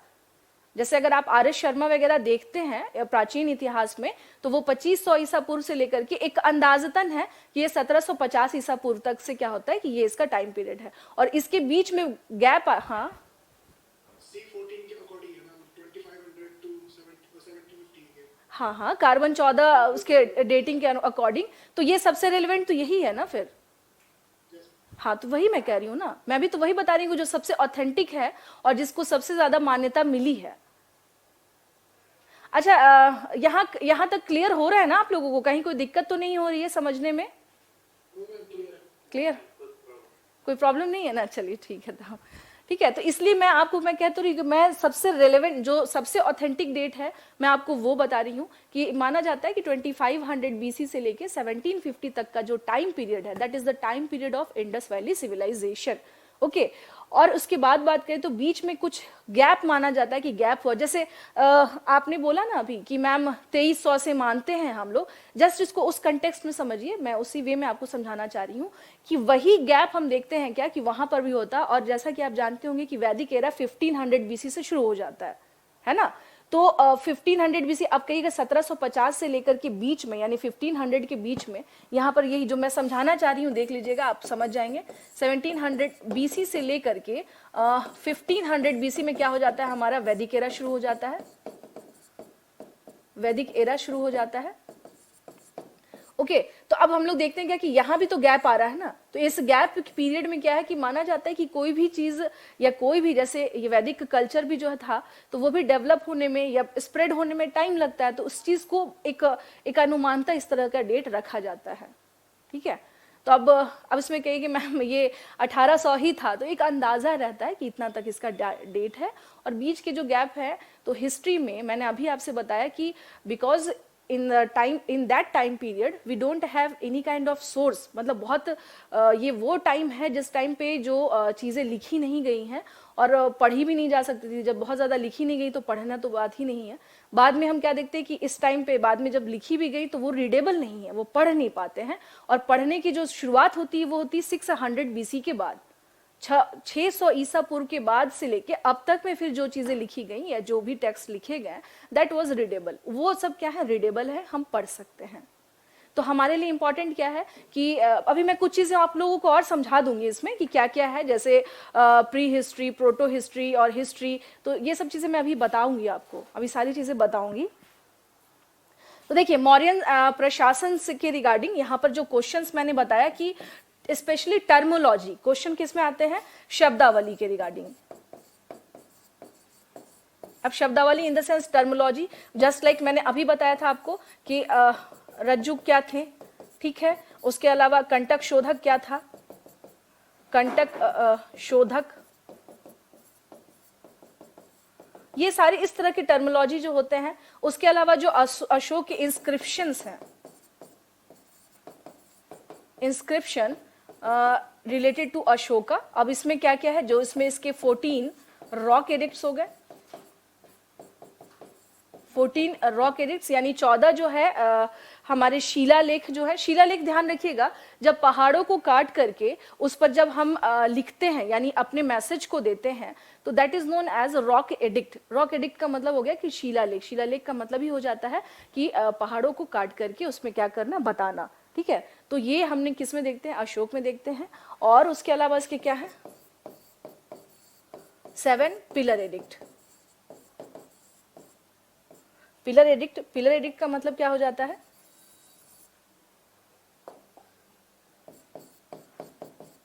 पिलर एडिक्ट का मतलब हो जाता है यहाँ पर स्तंभ लेख, स्तंभ लेख। ठीक है, तो अब स्तंभ लेख की बात करें तो यहाँ पर हम क्या देखते हैं कि इसके रिगार्डिंग जो क्वेश्चन आते हैं स्टूडेंट, वो ये आते हैं कि अशोक का, जैसे अब बिहार की बात करें तो अब भाई लौरिया, नंदनगढ़ हो गया, अरेराज हो गया, रामपुरवा हो गया। तो यहाँ से क्या आ जाते हैं, आपके क्वेश्चन आ जाते हैं कि हाँ इसमें कौन कौन सा है। 14 रॉक एडिक्ट में अगर हम बात करें तो इसमें पूछा जाता है कि अशोक ने क्या आदेश दिया था। आदेश इन द सेंस कि इसने पशु बलि की हत्या पर निषेध कब की बात किसमें की है। उसके अलावा अगर बात करें तो दक्षिण भारत के कुछ राज्य यानी कुछ जो किंगडम्स थे उसके बारे में अशोक ने अपने कौन से अभिलेख में बताया है। फिर अगर हम लोग बात करें कि अशोक जो सबसे फेमस है स्पेशली रॉक एडिक्ट के कंटेक्स्ट में, ये क्वेश्चन तो मान लीजिए आप 13वां अभिलेख, ये तो एकदम आप क्या है एक फिक्स क्वेश्चन है आपका कि यहाँ पर क्या है, बिकॉज इसमें किसके बारे में बताया गया है, कलिंगा वॉर के बारे में। तो कलिंग युद्ध के बारे में किसमें बताया गया है, ये क्वेश्चन आ जाता है हमारा कि कलिंग युद्ध के बारे में कौन से अभिलेख में अशोक के बारे में पता चलता है। तो दैट इज ऑन 13th अभिलेख, यानी 13वां जो उसका अभिलेख है उसमें पता चलता है। एक जगह और है अशोक जिसमें घोषणा करता है कि अब जो है भेरी घोष की जगह धम्म घोष चलेगा। भेरी घोष इन द सेंस कि कहा जाता है, जैसे आपने देखा होगा कि जब वॉर अनाउंस्ड होता है तो एट दैट टाइम पीरियड क्या होता है कि एक म्यूजिक इंस्ट्रूमेंट होता है जिसको बजाया जाता है। ठीक है, अगर आपने कोई मूवी वगैरह भी देखी होगी इस टाइप की, कोई historical movie like Baahubali type, तो उसमें आपने देखा होगा कि जब अगर युद्ध हो रहा है तो उसके पहले एक भोंपू टाइप उसको बजाया जाता है। तो दैट इज नोन एज, उसे ही कहा जाता है भेरी घोष। उस टाइम पीरियड के हिसाब से अगर हम बात करें दैट इज नोन एज भेरी घोष। और अशोक क्या कहता है, अशोक ये कहता है कि now the sound of war is converted into sound of Dhamma. अब जो है वॉर का जो युद्ध यानी वॉर का जो साउंड था ना वो अब कन्वर्ट होगा किसमें, धम्मा में। तो धम्मा का मतलब ये हो जाता है कि अच्छी बातें। यहाँ पर बात बस यही समझना है अशोक के। उसके अलावा यहाँ पर हम ये भी देख लेंगे इसमें क्या है, धम्मा। धम्मा देखिए आज क्या है ना, आज फर्स्ट डे है। फर्स्ट डे होता क्या है कि टीचर और स्टूडेंट्स दोनों को अपने साथ एक कोलैबोरेशन एस्टैब्लिश करने में थोड़ा सा लिटिल बिट टाइम लगता है, बट हो जाता है। तो अभी क्या है कि अभी आप भी क्या है, मेरे लिए आप भी अभी थोड़े से न्यू है और आपके लिए मैं न्यू हूँ। तो प्रॉब्लम ये है कि अभी क्या है कि कोलैबोरेशन जैसे ही बनेगा तो चीज़ें फिर आसान हो जाएंगी, है ना। तो यहाँ पर इसके लिए बहुत परेशान नहीं होना है। हिस्ट्री में यहाँ पर मैं इस मामले में तो श्योरिटी दे ही सकती हूँ कि आप पढ़ कर देखें बिहार हिस्ट्री, और इन द सेंस कि बिहार हिस्ट्री क्या, इसमें जो इतिहास के भी जो सेक्शन होंगे मैं बताते चलूंगी साथ में, तो आपको खुद ही फर्क पता चल जाएगा कि हाँ शाजिया मैम ने क्या पढ़ाया है क्या नहीं पढ़ाया है। ठीक है, तो यहाँ पर मैं कहते हैं ना संस्कृत में प्रत्यक्षम किम प्रमाणम, तो ये क्या है कि मैं यही कह रही हूँ कि चूंकि पहले क्लास में होता है कि बच्चों और स्टूडेंट और टीचर दोनों का इंटरेक्शन होने में और एक दूसरे से तालमेल बिठाने में थोड़ा सा स्लाइटली टाइम लगता है, बट अब हो जाएगा, ये तालमेल बैठ जाएगा। ठीक है, इसके लिए परेशान नहीं होना। हाँ, और जो भी क्वेश्चंस आपके क्या है इंपॉर्टेंट है इसके रिगार्डिंग जो मैं आपको बताते चल रही हूँ, जैसे धम्मा कि अशोक का धम्म क्या था। ठीक है, तो अशोक का धर्म, ये धर्म से रिलेटेड था, ये बौद्ध धर्म से संबंधित था, या ये अशोक के अपने विचार थे। तो इसके तरह के हम देखते हैं क्या कि क्वेश्चंस आ जाते हैं कई बार। तो धम्म का जो क्लियरिटी है अगर मैं इसमें आपको नहीं बताऊं या आपको डिफाइन ना करूं तो आपके लिए आगे समस्या हो जाएगी, क्योंकि देखिए प्रीलिम्स तक का फेज नहीं है, ये फेज जाएगा आपका मेंस तक का, है ना। क्योंकि बिहार का हिस्ट्री जो है ना, ये अगर आप सोच रहे हैं कि मैम सिर्फ पीटी तक मामला रह जाएगा, तो नो, ये बिल्कुल ऐसा नहीं है। आपको तय करना है सफर लास्ट स्टेज तक का। तो अगर लास्ट स्टेज तक सफर तय करना है तो आपको करना क्या है कि यहीं से अपनी तैयारी ऐसी रखें कि हमको लास्ट आवर में बहुत परेशानी नहीं हो। अभी से आपकी सारी चीजें ठीक रहेंगी तो आपको क्या रहेगा, सारे मुद्दे यानी आगे के जो भी फेजेस होंगे उसको आप बहुत स्मूथली क्या कर सकते हैं, वहां क्रॉस कर सकते हैं, वहां आपको समस्या नहीं आएगी। तो यहाँ करना क्या है, करना ये है कि देखिए कॉन्सेप्ट प्लस फैक्ट, ये दोनों चीजें हमें ध्यान रखनी है। बट राइट नाउ अभी जो है मैं आप लोगों को बस आज जो है कॉन्सेप्ट बता रही हूँ। आज today I am not focused on facts, मैं बहुत फैक्ट्स पे फोकस नहीं हूँ, बिकॉज चूंकि मुझे एक जस्ट एक आपको आउटलाइन जो होता है कि मैं क्या पढ़ाऊंगी, किस तरीके से पढ़ाऊंगी, वो बता रही हूँ मैं यहाँ पे। ठीक है, तो यहाँ पर देख लीजिएगा कलिंग वॉर, चूंकि ये क्या था काफी अशोक के लाइफ का ये यू टर्न रहा था, because that's why this is too important, ये बहुत ज्यादा इंपॉर्टेंट हो जाता है। धम्मा जो है उसके रिगार्डिंग भी कभी कभी कुछ चीजें आपको क्लियर होना चाहिए, इसका बेसिक कॉन्सेप्ट कि that exactly what is Dhamma and what is the exactly meaning of Dhamma and why Ashok implemented Dhamma in his rock edict. उसने अपने रॉक एडिक्ट में धम्म को इतना ज्यादा प्रमोट क्यों किया। ठीक है, उसके अलावा जो है बुद्धिज्म का प्रमोशन कैसे सबसे ज्यादा बिहार में हम देखते हैं, बिहार से निकल करके ये पूरे के पूरे दक्षिण एशिया तक पहुंचा, इसके क्या कारण रहे? तो इसमें अशोक का क्या रोल रहा, अशोक ने किसे किसे भेजा था अपने धम्म के प्रचार के लिए? तो ये सब हम क्या देखते हैं कि ये ठीक है। तो इस प्रकार से हम क्या देखते हैं कि ये कुछ क्वेश्चंस थे जो मौर्यंस के रिगार्डिंग आते हैं। अब मौर्यंस के बाद अगर हम लोग बात करें तो कुछ पोस्ट मौर्यन पे हम आ जाए कि post Mauryan in the sense कि मौर्यों के बाद कौन आए थे?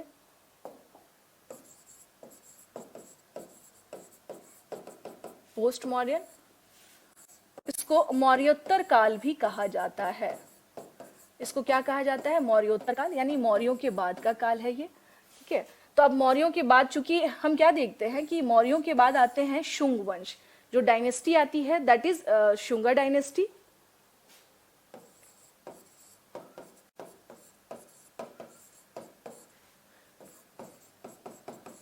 ये आता है शुंग डायनेस्टी।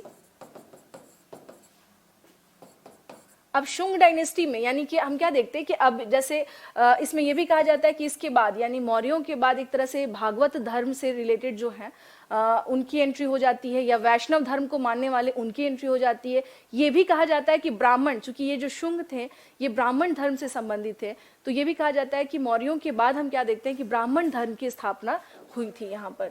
यानी ये जो शुंग थे ये क्या थे, कई जगह आप देखिएगा कि इसमें आता है कि ये ब्राह्मण वंश से थे। इन्होंने एस्टैब्लिश किसको किया था? ब्राह्मण डायनेस्टी, यानी एक तरह से ब्राह्मण वंश की स्थापना हो गई, ये मान्यता है इसके रिगार्डिंग। लेकिन अब हम क्या देखते हैं कि शुंग के बाद फिर देखिए कणव आ जाते हैं। तो ये क्या है ना कि ये पोस्ट मौर्यन में कुछ जो है कुछ क्वेश्चंस हैं जो हैं उसके रिगार्डिंग ये आ जाते हैं कि इसमें क्या क्या है और किस टाइप के क्या ये रूलर्स जो हैं लाइक इसके पहले जो थे उसके अकॉर्डिंग कुछ इनका रहा है या नहीं रहा रोल। जब मैं पढ़ाऊंगी तो इसमें देखिए बहुत ज्यादा इनके में वर्क नहीं है, इनके में क्या है थोड़े थोड़े ही है। शुंग डायनेस्टी हो जाए या फिर चाहे आपका कणव डायनेस्टी हो जाए, तो इनके में हमें उस तरीके से यानी जितना मौर्यंस में दिखाई देता है, या उसके पहले हर्यंक हो गया, ये शिशुनाग डायनेस्टी भी हो गया। शिशुनाग डायनेस्टी में भी हम देखते हैं कि वहां पे भी हम देख रहे हैं कि हाँ चूंकि कालाशोक जो है वो थर्ड बुद्धिस्ट काउंसिल करवा रहा है, तो उस टाइम पीरियड पे हम देखते हैं कि वहां पर काम है काफी ज्यादा एंशियंट में पढ़ने लायक, जो स्पेशली वो हमारा भारतीय इतिहास भी कह लीजिए और वो हमारा बिहार का इतिहास भी है। यहाँ की अगर हम बात करते हैं तो यहाँ हम क्या देखते हैं, यहाँ शुंग वंश हो गया, कणव वंश हो गया, मौर्योत्तर के बाद मीन्स वैसा कोई स्ट्रॉन्ग हमें नहीं दिखाई देता है। हाँ, मौर्योत्तर के बाद हम क्या देखते हैं कि उस तरीके का एक कोई स्ट्रॉन्ग डायनेस्टी जो है वो हमें एस्टैब्लिश्ड होता हुआ नहीं दिखाई देता है। लेकिन इसके बाद बात करते हैं, जब हम लोग फिर आते हैं कि यहाँ पर यानी बिहार के कंटेक्स्ट में जब अगर हम बात कर रहे हैं तो हम क्या देखते हैं कि धीरे धीरे जैसे गुप्त काल की बात करें तो अब कैसे पाटलिपुत्र से सेंटर, जैसे इनके बाद बात करते हैं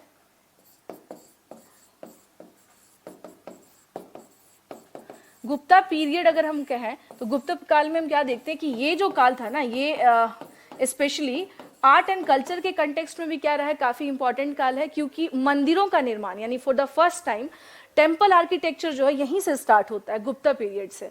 गुप्त काल की एक बहुत बड़ी विशेषता थी, और गुप्त काल इसलिए भी देखिए यहाँ पर यानी अगर हम बात करें तो ये क्यों इंपॉर्टेंट हो जाता है, क्योंकि सबसे ज्यादा साहित्य के रिगार्डिंग, लिटरेचर के रिगार्डिंग बहुत सारे काम हुए हैं।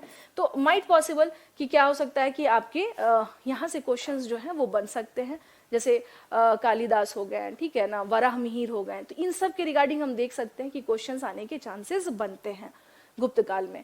गुप्त काल को अगर नॉर्मली मैं आप लोगों को यहाँ पर डिफाइन करूं तो यहाँ पर इसको जान लीजिएगा, जैसे उस टाइम पे अगर हम बात करें तो पाटलिपुत्र तो थी ही राजधानी, बट ये धीरे धीरे हम देखते हैं कि मध्य प्रदेश की ओर भी ये क्या हो रहे हैं, शिफ्ट हो रहे हैं। वहां पर उज्जैनी, विदिशा ये एक इंपॉर्टेंट स्थल के तौर पर बनने लगे थे। यानी पाटलिपुत्र से अब हम क्या देख रहे हैं, विदिशा और तो यहां पर हम क्या देख रहे हैं, धीरे धीरे क्या हो रहे थे, ये अब पाटलिपुत्र से ट्रांसफॉर्म, यानी कि जो एक इंपॉर्टेंट हमारा हब था पाटलिपुत्र से कहां पर हम देख रहे हैं धीरे धीरे, तो इसका मतलब ये है कि अब यानी ये जो गुप्त काल तक आते आते ये जो एरिया है ये रहा मध्य प्रदेश, ठीक है, विंध्य पहाड़ी के जो इसकी जो सीमाएं हैं, विंध्य पहाड़ी की जो सीमाएं हैं, तो उसको माना जाता है कि वहां तक का पूरा पूरा कवर करता है। तो हम क्या देखते हैं कि इसकी जो अब पाटलिपुत्र से अब कहाँ कहाँ धीरे धीरे यहाँ भी क्या हो रहा है, इनका साम्राज्य विस्तार हुआ गुप्त काल में। और कहते हैं कि अगर एक साथ पैरेलल एक दो सिटीज और होगी तो धीरे धीरे उस जगह का इंपॉर्टेंस क्या हो जाएगा, कम हो जाएगा। अगर ओनली फोकस सिर्फ पाटलिपुत्रा पर होता तो पाटलिपुत्रा हम क्या देखते हैं कि आफ्टर पोस्ट मॉडर्न पीरियड भी क्या रहता है, उतना ही लाइमलाइट में रहता है।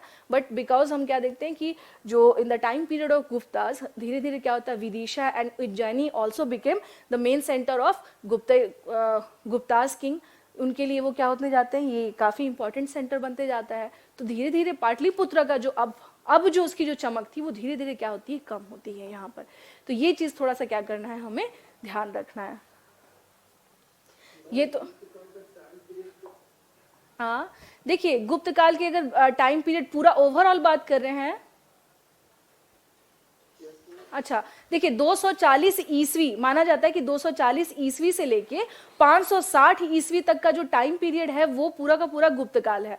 अब इसमें ये नहीं कहेगा कि मैम थोड़ा सा तो हम देख रहे हैं कहीं 280 है, तो मैंने आपसे क्या किया कि थोड़ा स्लाइट जो है आगे आगे पीछे रहता है, कहीं आपको 280 भी दिखेगा, कहीं 60 भी दिखेगा।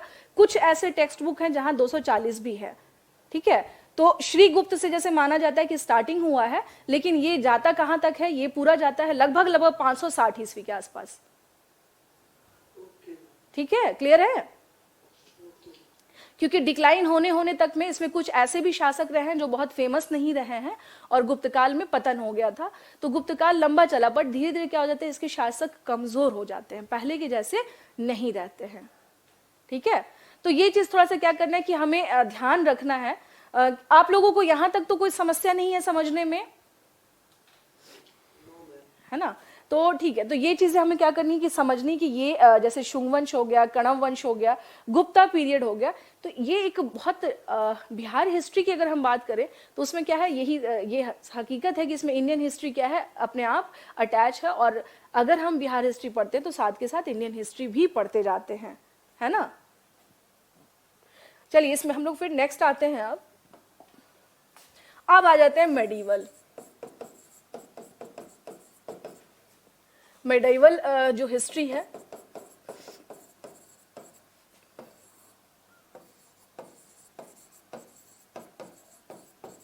मध्यकालीन भारत में भी हमें क्या देखना है, स्पेशली बिहार के कंटेक्स्ट में देखना है। यहाँ पर मैंने इसको अंडरलाइन भी कर दिया है। अब देखिए अगर इसकी बात करें तो ये जो है स्पेशल, अगर हम बात करें मेडिवल एरा, तो ये टोटल क्या है, ये 2 फेजेस में है। 2 फेजेस इन द सेंस कि जो पहला टर्म है वो हमारा है दिल्ली सल्तनत, एंड द सेकंड जो है वो है हमारे मुगल्स। ठीक है, अब दिल्ली सल्तनत का टाइम पीरियड की अगर बात करें तो ये हो गया 1206 से लेके 1526, यानी जब तक कि पानीपत का युद्ध नहीं हुआ था। This is the time period of entire Delhi सल्तनत। ये पूरे दिल्ली सल्तनत का क्या है, हमारा टाइम पीरियड है, जो कि 1206 से 1526 चलता है। और मुगल्स की अगर हम लोग बात करें, ये हो गया हमारा 1526 से लेकर के 1707 तक, ये मुगल्स का पीरियड है। फिर आप कहेगा कि मैम उसके बाद भी तो मुगल्स रहे थे, वो कहाँ गए थे, ऐसा तो है नहीं कि मुगल्स खत्म हो गए। तो स्टूडेंट उसके बाद जो टाइम पीरियड था वो था पोस्ट मुगल पीरियड का।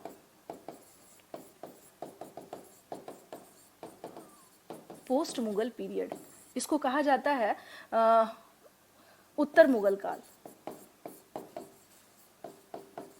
उत्तर मुगल काल, ठीक है। तो ये चीज क्या है कि इसको थोड़ा सा मतलब अगर आप जैसे पढ़ रहे हैं, हिस्ट्री पढ़ रहे हैं, तो यहाँ पर करना क्या है कि अपने माइंड में फर्स्टली पूरी तरह से क्लियरिटी होनी चाहिए कि कौन सा टाइम पीरियड जो है उसको क्या कहा जाता है या कहाँ से विभाजन हो रही है। तो मध्यकालीन की बात करें, if you are talking about medieval history, then medieval history, the time period of medieval history तो ओवरऑल बात करें तो हम क्या देखते हैं कि that is from 1206 to 1707। But अगर हम उसमें बात करें कि नहीं, इसमें भी क्या है 2 फेजेस उसके हैं, और 2 फेजेस क्या है, the first one is Delhi Sultanate which is from 1206 to 1526 and the another one is 1526 to 1707, जो कि 1526 से 1707 तक चलता है। ये हमारा क्या है, ये है हमारा उत्तर मुगल काल। अब बात करें यहाँ पर कि बिहार के कंटेक्स्ट में अब इनका क्या रोल रहा है या फिर इसमें किस प्रकार के क्वेश्चंस आते हैं। ठीक है, ये रहा दिल्ली की सल्तनत के कंटेक्स्ट में। अब यहाँ पे हम बात कर रहे हैं कि बिहार से संबंधित प्रश्न, बिहार से संबंधित प्रश्न। अब देखिए ये है क्या, जैसा कि आप जानते हैं कि जो दिल्ली सल्तनत था, ठीक है, दिल्ली ये रहा हमारे, मान लीजिए ये रहा दिल्ली रहा, और ये रहा हमारा बिहार। हम क्या देखते हैं कि दिल्ली सल्तनत के बहुत सारे ऐसे शासक ने क्या किया था, बंगाल और बिहार पर अभियान किया। बंगाल बिहार कैंपेन इसको बोलते हैं, बंगाल बिहार अभियान किया, जिसपे खिलजियों के टाइम पे भी हम देख रहे हैं, ठीक है। उसके अलावा हम रेगुलर देख रहे हैं कि इस टाइम पे जो जैसे दिल्ली सल्तनत में आपको करना क्या, देखिए आपको करना क्या है, यहाँ पर कुछ चीजें थोड़ा सा माइंड में फिक्स कर लीजिएगा। जैसे जो फर्स्ट इसमें जो डायनेस्टी है कि कौन सा है, तो वो हो गया आपको गुलाम वंश। सेकेंड की अगर हम लोग बात करें तो वो हो गया हमारे खिलजी। कुछ चीजें और उससे ही हमें क्या करना है, हमें जोड़ना है। खिलजी हो गए, तीसरे पर हो गए तुगलक। अभी बहुत ज्यादा इसमें तुगलक हो गए, और उसके बाद अगर हम लोग बात करें तो फिर आ जाते हैं कौन से, हमारे सैयद, और उसके बाद कौन आ जाते हैं हमारे यहाँ लास्ट में आते हैं लोधी। तो ये क्या है, कुछ डायनेस्टीज हैं जो दिल्ली सल्तनत, स्पेशली दिल्ली सल्तनत में हम देखते हैं कि इनका अपना क्या रहा है, इंपॉर्टेंस रहा है।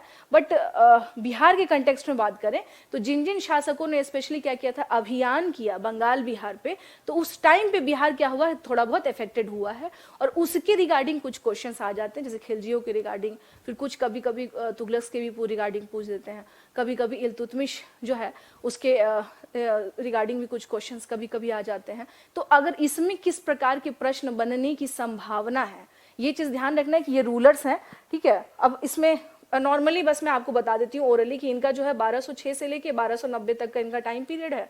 90 से लेकर के 1290 से लेकर के ये 1300, हाँ यस, 1290 से लेकर 1325, ये आ जाइए 1320-25 से लेकर के पूरा 51 तक, मतलब यही जाते हैं। उसके बाद फिर ये आ जाते हैं, फिर लोधी जो है लास्ट जो है ये 1526 में जाके इनका क्या हम देखते हैं कि इनका टाइम पीरियड यहाँ पर फिनिश हो जाता है। तो यहाँ पर अभी इसके लिए बहुत परेशान नहीं होना है कि मैम डेट पे बहुत ज़्यादा अभी फोकस ना करें, कृपया करके अभी बस समझ लेना है कि ये वंश है। चूंकि यही नहीं माइंड में फिक्स होगा तो फिर डेट कैसे फिक्स होगा। Firstly you have to fix, आपको फिक्स करना है अपने माइंड में इसे, कि इसमें जो है इसमें किस प्रकार के क्वेश्चन बनेंगे। और इसके साथ साथ मैं आपको करवाऊंगी क्या कि जो भी प्रीवियस ईयर में क्वेश्चंस पूछे गए अब तक के जो बिहार प्रीलिम्स में इस सेक्शन से, चूंकि मध्यकालीन से ये भी नहीं कह सकते कि बहुत ज्यादा क्वेश्चंस आते हैं, एंशिएंट से अच्छे खासे आते हैं, मध्यकालीन से भी आते हैं, लेकिन कह सकते हैं ना कि संभावना तो किसी की भी नहीं है ना। हम बिल्कुल कंफर्म होकर के नहीं बता सकते कि नहीं इस बार तो मेडिवल से क्वेश्चन आएगा ही नहीं, क्योंकि आता नहीं है। कई बार ऐसा होता है कि जो हम एक्सपेक्ट करते हैं और अनएक्सपेक्टेड चीजें एग्जामिनेशन हॉल में घट जाती हैं। तो हम अपने आप को ऐसा क्यों रखें, हम अपने आप को फुल फ्लैश तैयारी में जाएंगे। हम एंशिएंट भी तैयार रखेंगे, हम मेडिवल भी तैयार रखेंगे, हम मॉडर्न भी तैयार रखेंगे, है ना। तो तैयारी का मतलब ये होता है कि हम अपने आप को पूर्ण रूपेण तैयार करें। ये नहीं करना है कि हाफ हाफ किया, अरे नहीं यहाँ से क्वेश्चन क्या पता, कुछ नहीं कहा जा सकता है ना। हो सकता है जैसे कल यूपीएससी का प्रीलिम्स है, बहुत सारे बच्चे प्रीलिम्स देने जाएंगे, कुछ सेक्शन फिक्स होता है कि यहाँ से क्वेश्चन आते हैं, हो सकता है कल क्वेश्चन वहां से आए ही ना, उन्होंने पूरे 6 महीने पढ़ा हो खूब अच्छे से दबा करके कि ये पढ़ना है हमें, यहाँ से क्वेश्चन आएगा, और नहीं आया तो फिर क्या करेंगे। तो ये जो एक प्रेडिक्शन जो है ना, ये एक स्टूडेंट का प्रेडिक्शन होता है कि यहाँ से आता ही नहीं है ना आएगा, but you are not sure about that. आप श्योर नहीं है कि ये आएगा या नहीं आएगा। आपको करना क्या है, आपको करना ये है कि आप अपनी तरफ से तैयारी रखें पूरी तरह से। हम उसको स्किप क्यों करें, क्योंकि शॉर्टकट में तैयारी नहीं होती है। और हाँ, हिस्ट्री पढ़ें तो एक तरह से अच्छा ही है ना, इससे आपका भारतीय इतिहास भी कवर होगा और आपका बिहार हिस्ट्री भी कवर हो रहा है। यहाँ पर बहुत ज्यादा वर्क तो वैसे भी नहीं है, यहाँ तो यही देखना है कि कौन कौन से ये जो डायनेस्टीज के जो शासक हैं इन लोगों ने बिहार को टच किया या नहीं किया, और बिहार में अगर कोई अभियान चलाया तो कौन सा अभियान चलाया। पूरे दिल्ली सल्तनत में बलबन को माना जाता था कि उसने खूब बंगाल पर क्या किया है, मतलब अभियान किया है, वहां पर वो अटैक किया उसने। तो क्या बलबन ने वहां पे उसका कुछ वहां पर रोल रहा। Alauddin Khilji, one of the most powerful Sultan of Delhi सल्तनत, अलाउद्दीन खिलजी के टाइम पर क्या हुआ भाई, बख्तियार खिलजी का नाम आप लोगों ने भी सुना है, बख्तियारपुर इनफैक्ट पटना का नाम भी था, है ना। तो क्या है, क्या था ये, वो उसका क्या संबंध है। तो इस तरह के जो क्वेश्चंस है ना, हमें वो क्या करने हैं, हमें ध्यान में रखने हैं। कि और स्पेशली जैसे अलाउद्दीन, मैं आपको बता दूं दिल्ली सल्तनत में, ठीक है कि आप बिहार स्पेशल पढ़ रहे हैं हिस्ट्री को, लेकिन दिल्ली सल्तनत में स्पेशली अलाउद्दीन खिलजी का थोड़ा सा मार्केट पॉलिसी अगर आपको पता रहेगा कि उसने क्या क्या कुछ उसके नए नियम थे, उसने नई मार्केट पॉलिसी लेकर आया था वो, तो वो अपने आप में क्या है एक बहुत ही इंटरेस्टिंग पार्ट है वो स्पेशली। तो कुछ चीज़ें क्या करनी कि अगर थोड़ा सा उसको देख ही जाएंगे तो उससे कुछ आपके समस्या बढ़ेगी नहीं, उल्टा समस्या जो है उसका समाधान ही होगा। तो यहाँ पर क्या है वही है कि जैसे तुगलक में मोहम्मद बिन तुगलक जानते हैं हम लोग, और अगर हम बात करें यहाँ पर तो इनका यही है कि इसमें हम लोग को थोड़ा बहुत देखना है कि इनका क्या रहा था और इनके टाइम पीरियड में कंडीशन क्या थी, स्पेशली इन बिहार में क्या किसी ने अभियान किया या नहीं किया, और किया भी तो क्या, और बख्तियार खिलजी का जो है रोल क्या रहा, ये सारी चीज़ें। ठीक है, तो ये सारी चीज़ें हमें क्या करनी है, देखनी है। तो यहाँ पर मैं इसलिए आपको बताते चल रही हूँ। अब ये हो गए हमारे मुगल्स। अब बात करते हैं मुगल्स के बारे में।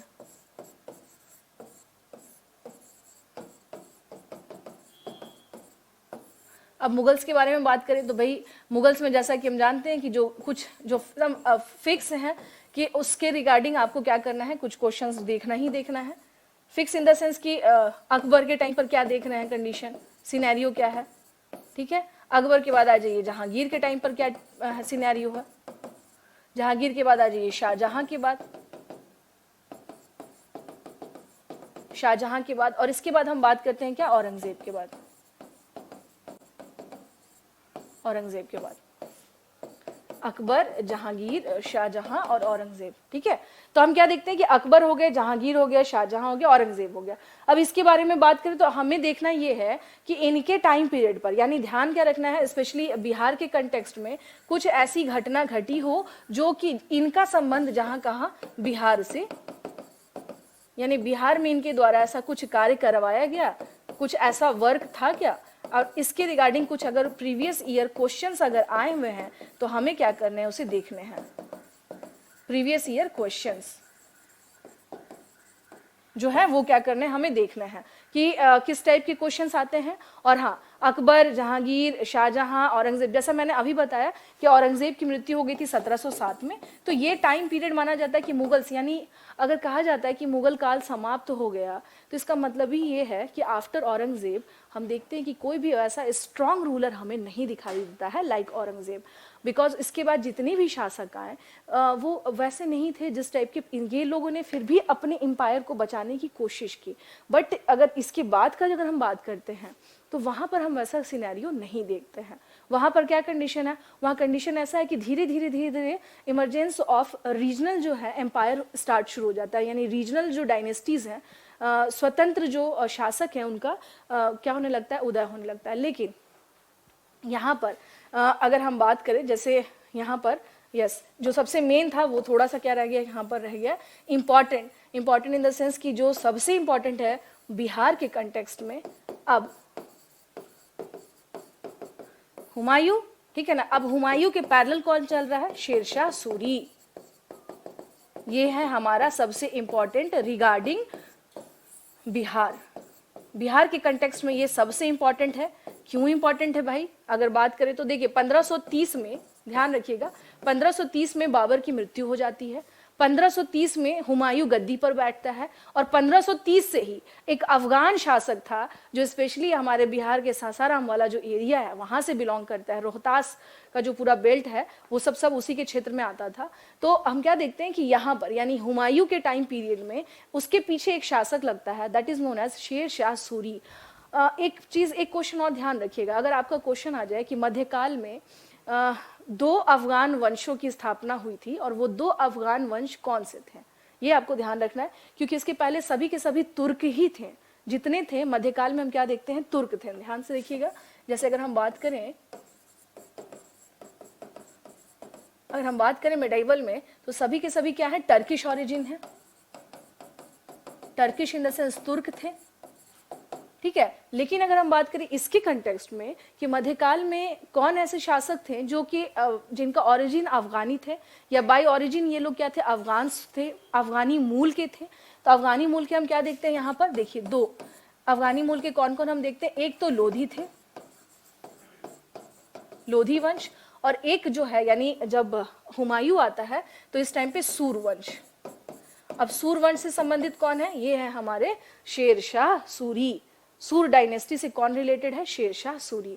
तो ये चीज ध्यान रखना है हम लोगों को कि पूरे मध्यकाल में ऐसे आप इसको डिवाइड कर लीजिए। चूंकि मैंने यहाँ पे डिवीजन बताया आपको कि दिल्ली सल्तनत को आप डिवाइड कर सकते हैं, जो टाइम मेरा है दैट इज 1206 टू 1526। तो 1206 से लेके 1526 के बीच में एक शासक यानी एक वंश ऐसा आता है जो अफगानी मूल के होते हैं, और वो कौन थे? वो थे बेसिकली लोधीज। ठीक है, सिकंदर लोधी जिसने आगरा की स्थापना की थी, सबसे इंपॉर्टेंट वर्क 1504 में। तो ये सब कुछ चीजें जो थोड़ा सा ध्यान रखिएगा। उसके अलावा अगर हम लोग बात करें यहाँ पर कि लोधीज अफगानी थे, और उसके बाद अगर हम किसी को देखते हैं तो कौन था? शेरशाह सूरी अफगानी था।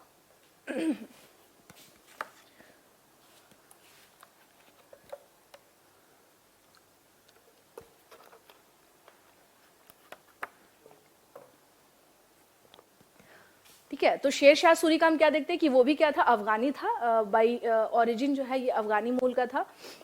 और ये इम्पॉर्टेंट इसलिए भी हो जाता है क्योंकि जिस तरह से मुगल्स जो हैं, बाबर ने जो अपना साम्राज्य इस्टेब्लिश्ड किया था, तो बाबर के साम्राज्य को आगे यानी कि हुमायूं को एज अ किंग उसने रूल नहीं करने दिया, और हिंदुस्तान का बादशाह कौन बन बैठा?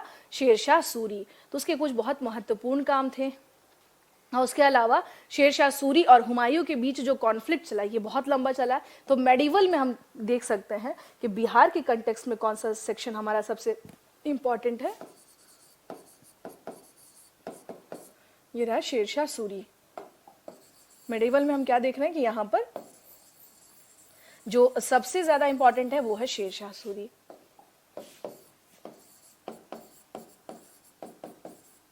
शेरशाह सूरी। अब इसके द्वारा जो कार्य करवाए गए, कार्य यानी जो भी वर्क इसके द्वारा जो करवाया गया, ठीक है, कई बार इसके जो मकबरा है उसके रिगार्डिंग पूछ देते हैं कि वो अष्टकोणीय है, ऑक्टोगोनल है या नहीं है। आर्किटेक्चर के कंटेक्स्ट में भी कुछ क्वेश्चंस हमने देखा है कि आ जाते हैं, यानी इन द कंटेक्स्ट ऑफ आर्किटेक्चर हम देखते हैं कि स्थापत्य के रिगार्डिंग भी कुछ क्वेश्चन आ जाते हैं।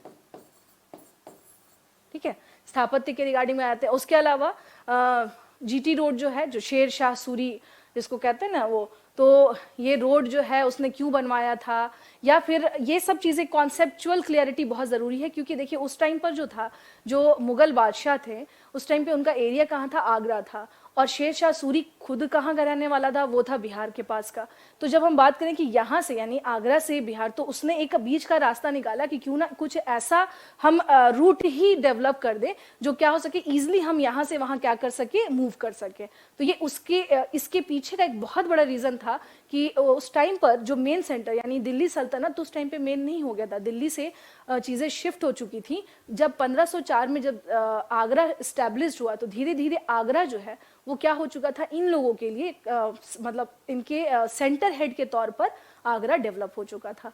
तो आगरा हम पूरे के पूरे आप देखिए कि अकबर का भी पूरा टाइम पीरियड आगरा में ही आपको दिखाई देगा, जहांगीर का भी पूरा टाइम पीरियड आपको आगरा में ही दिखाई देगा। शाहजहां फिर फाइनली क्या करता है, शिफ्ट करता है अपनी राजधानी को, कहां पर, यहाँ दिल्ली लाता है। तो ये एक बहुत बड़ा कारण था शेरशाह सूरी के कंटेक्स्ट में अगर हम लोग बात करें। तो ये क्वेश्चंस जो हैं स्पेशली मेडिवल का टाइम पीरियड अगर हम लोग कहें तो ये इसके कंटेक्स्ट में क्या हो जाते हैं, क्वेश्चंस आते हैं हमारे। स्थापत्य की बात तो इसका मतलब होता है कि आर्किटेक्चर का कंटेक्स्ट की बात करें। और उसके अलावा कुछ क्षेत्रीय वंश भी थी, जैसे हम पाल वंश देख सकते हैं, ठीक है ना। तो कुछ वहाँ के रीजनल डायनेस्टीज भी हैं, उसके बारे में भी हमें क्या करना होता है, देखना होता है। तो ये हो गया। उसके बाद अगर है, पहले अभी उस कंटेक्स्ट में ही बात करते हैं। अब आ जाते हैं हम लोग यहाँ पर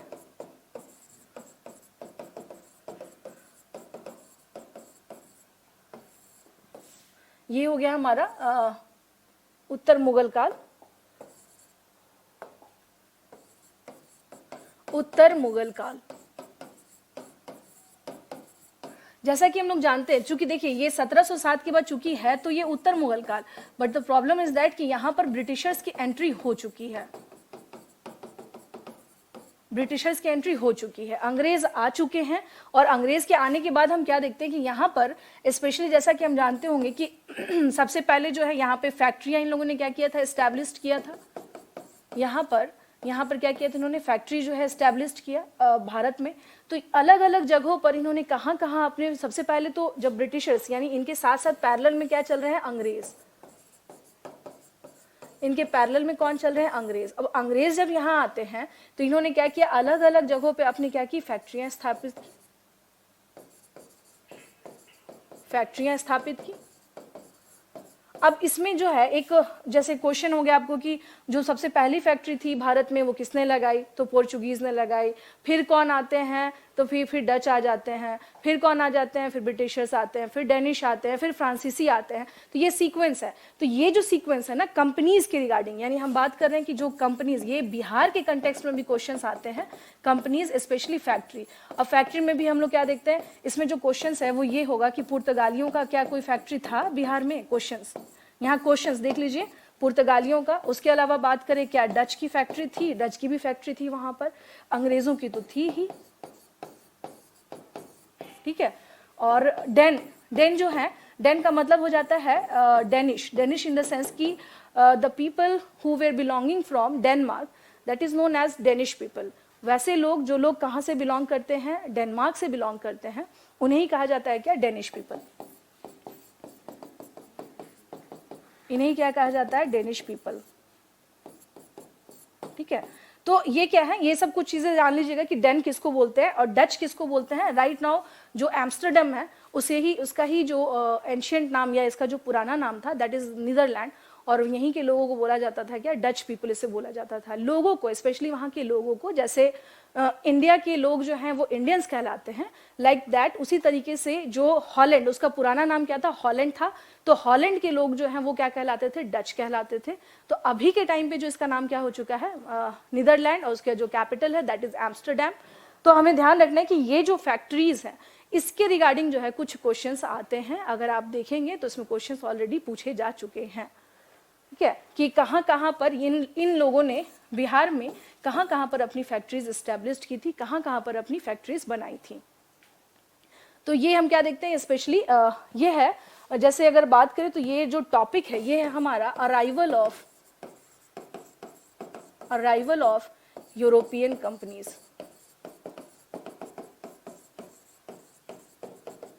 इस टॉपिक का नाम है भारत में यूरोपीय कंपनी का आगमन। लेकिन हमें क्या पढ़ना है, इसको मैं हिंदी में लिख देती हूँ, भारत में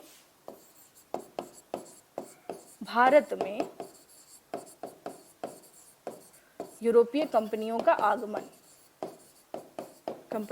आगमन, ये हो गया।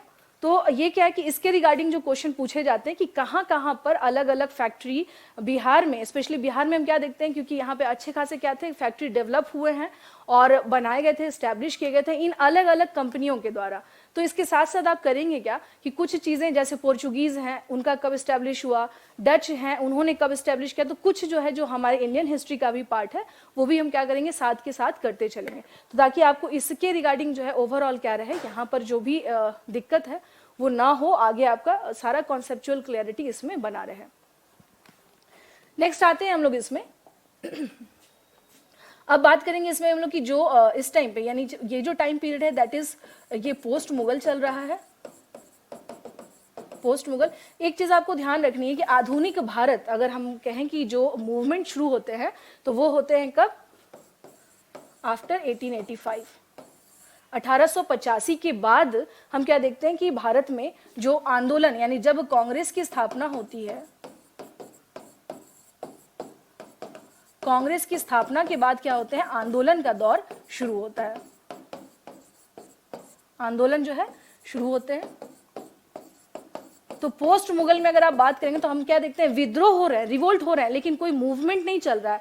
मूवमेंट हमेशा क्या होता है, संगठित तरीके से होता है, जो चलाया जाता है। तो पोस्ट मुगल में ही हम क्या देखते हैं, 1857 का रिवोल्ट। अब इसमें वीर कुंवर सिंह जो है उनका क्या रोल रहा 1857 के रिवोल्ट में, ये था विद्रोह। 1857 के विद्रोह में बिहार की क्या भूमिका रही, बिहार की भूमिका, ठीक है। और इसमें आ जाते हैं स्पेशली क्या है हमारे वीर कुंवर सिंह। और उसके अलावा कुछ अन्य क्षेत्रों में किस प्रकार से ये जो विद्रोह था, किस प्रकार से ये एक्टिव था, सक्रिय था, 1857 में कितना सक्रिय रहा ये मूवमेंट, और क्या यहाँ पर कंडीशन रही, तो ये हमें क्या करना है। जैसा कि हम जानते हैं कि स्पेशली 1857 का जो रिवोल्ट है वो उत्तर भारत में सबसे ज्यादा क्या रहा था, सक्सेसफुल रहा था। सक्सेसफुल इन द सेंस कि रिवोल्ट तो सक्सेसफुल नहीं रहा, लेकिन हाँ ब्रिटिशर्स के कंटेक्स्ट में बात करें, for the first time Britishers को ये फील हुआ कि अब हमारे खिलाफ क्या हो रही है, आवाजें उठ रही हैं। तो यहाँ पर ये कब शुरू हुआ था, ये 1857 में हम देखते हैं रिवोल्ट होता है कहाँ पर, उत्तर भारत में पूरे, यानी कि आप देख लीजिए पूरा लखनऊ हो गया, फैजाबाद हो गया, झांसी हो गया, ये सारे क्षेत्र में हम देखते हैं अलग अलग नेताओं के नेतृत्व में क्या हुआ, ये विद्रोह शुरू हुआ। बंगाल से यानी कि मंगल पांडे इसकी शुरुआत करते हैं। बैरकपुर कहाँ है, बंगाल में है, वहीं छावनी में ये विद्रोह शुरू होता है और फिर धीरे धीरे ये क्या होता है कि सब जगह फैल जाता है। तो इस विद्रोह की अगर हम बात करें तो इसके रिगार्डिंग क्वेश्चन जो है पिछले बार के यूपीएससी के पीटी में चूंकि काफी क्या था, एक विवादास्पद क्वेश्चन भी रहा था कि वीर कुंवर सिंह जो थे वो कहाँ के थे, आरा के थे या पटना के थे। तो इस क्वेश्चन का जवाब आप लोग को पता ही होगा कि क्या रहा इसमें। तो अगर ये क्वेश्चन जो है, ये क्वेश्चन इनके रिगार्डिंग आ चुका है ऑलरेडी पीटी में, और इससे आने की संभावना हमेशा बनी रहती है, ठीक है।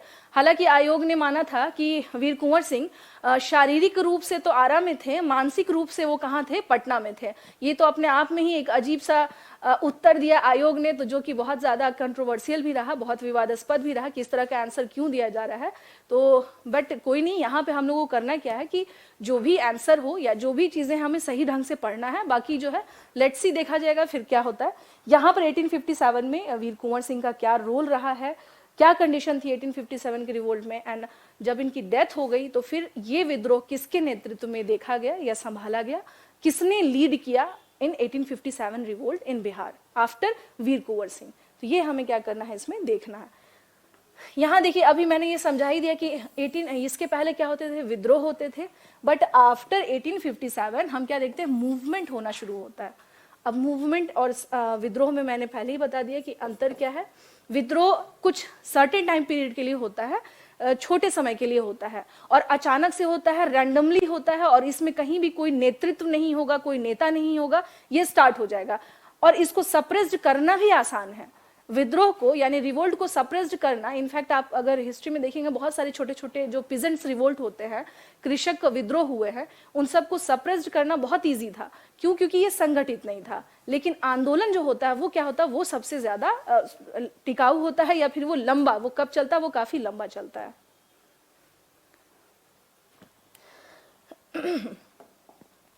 अब आते हैं हम लोग इसके बाद, यानी कि स्पेशली हम लोग बात करें यहां पर आधुनिक भारत में,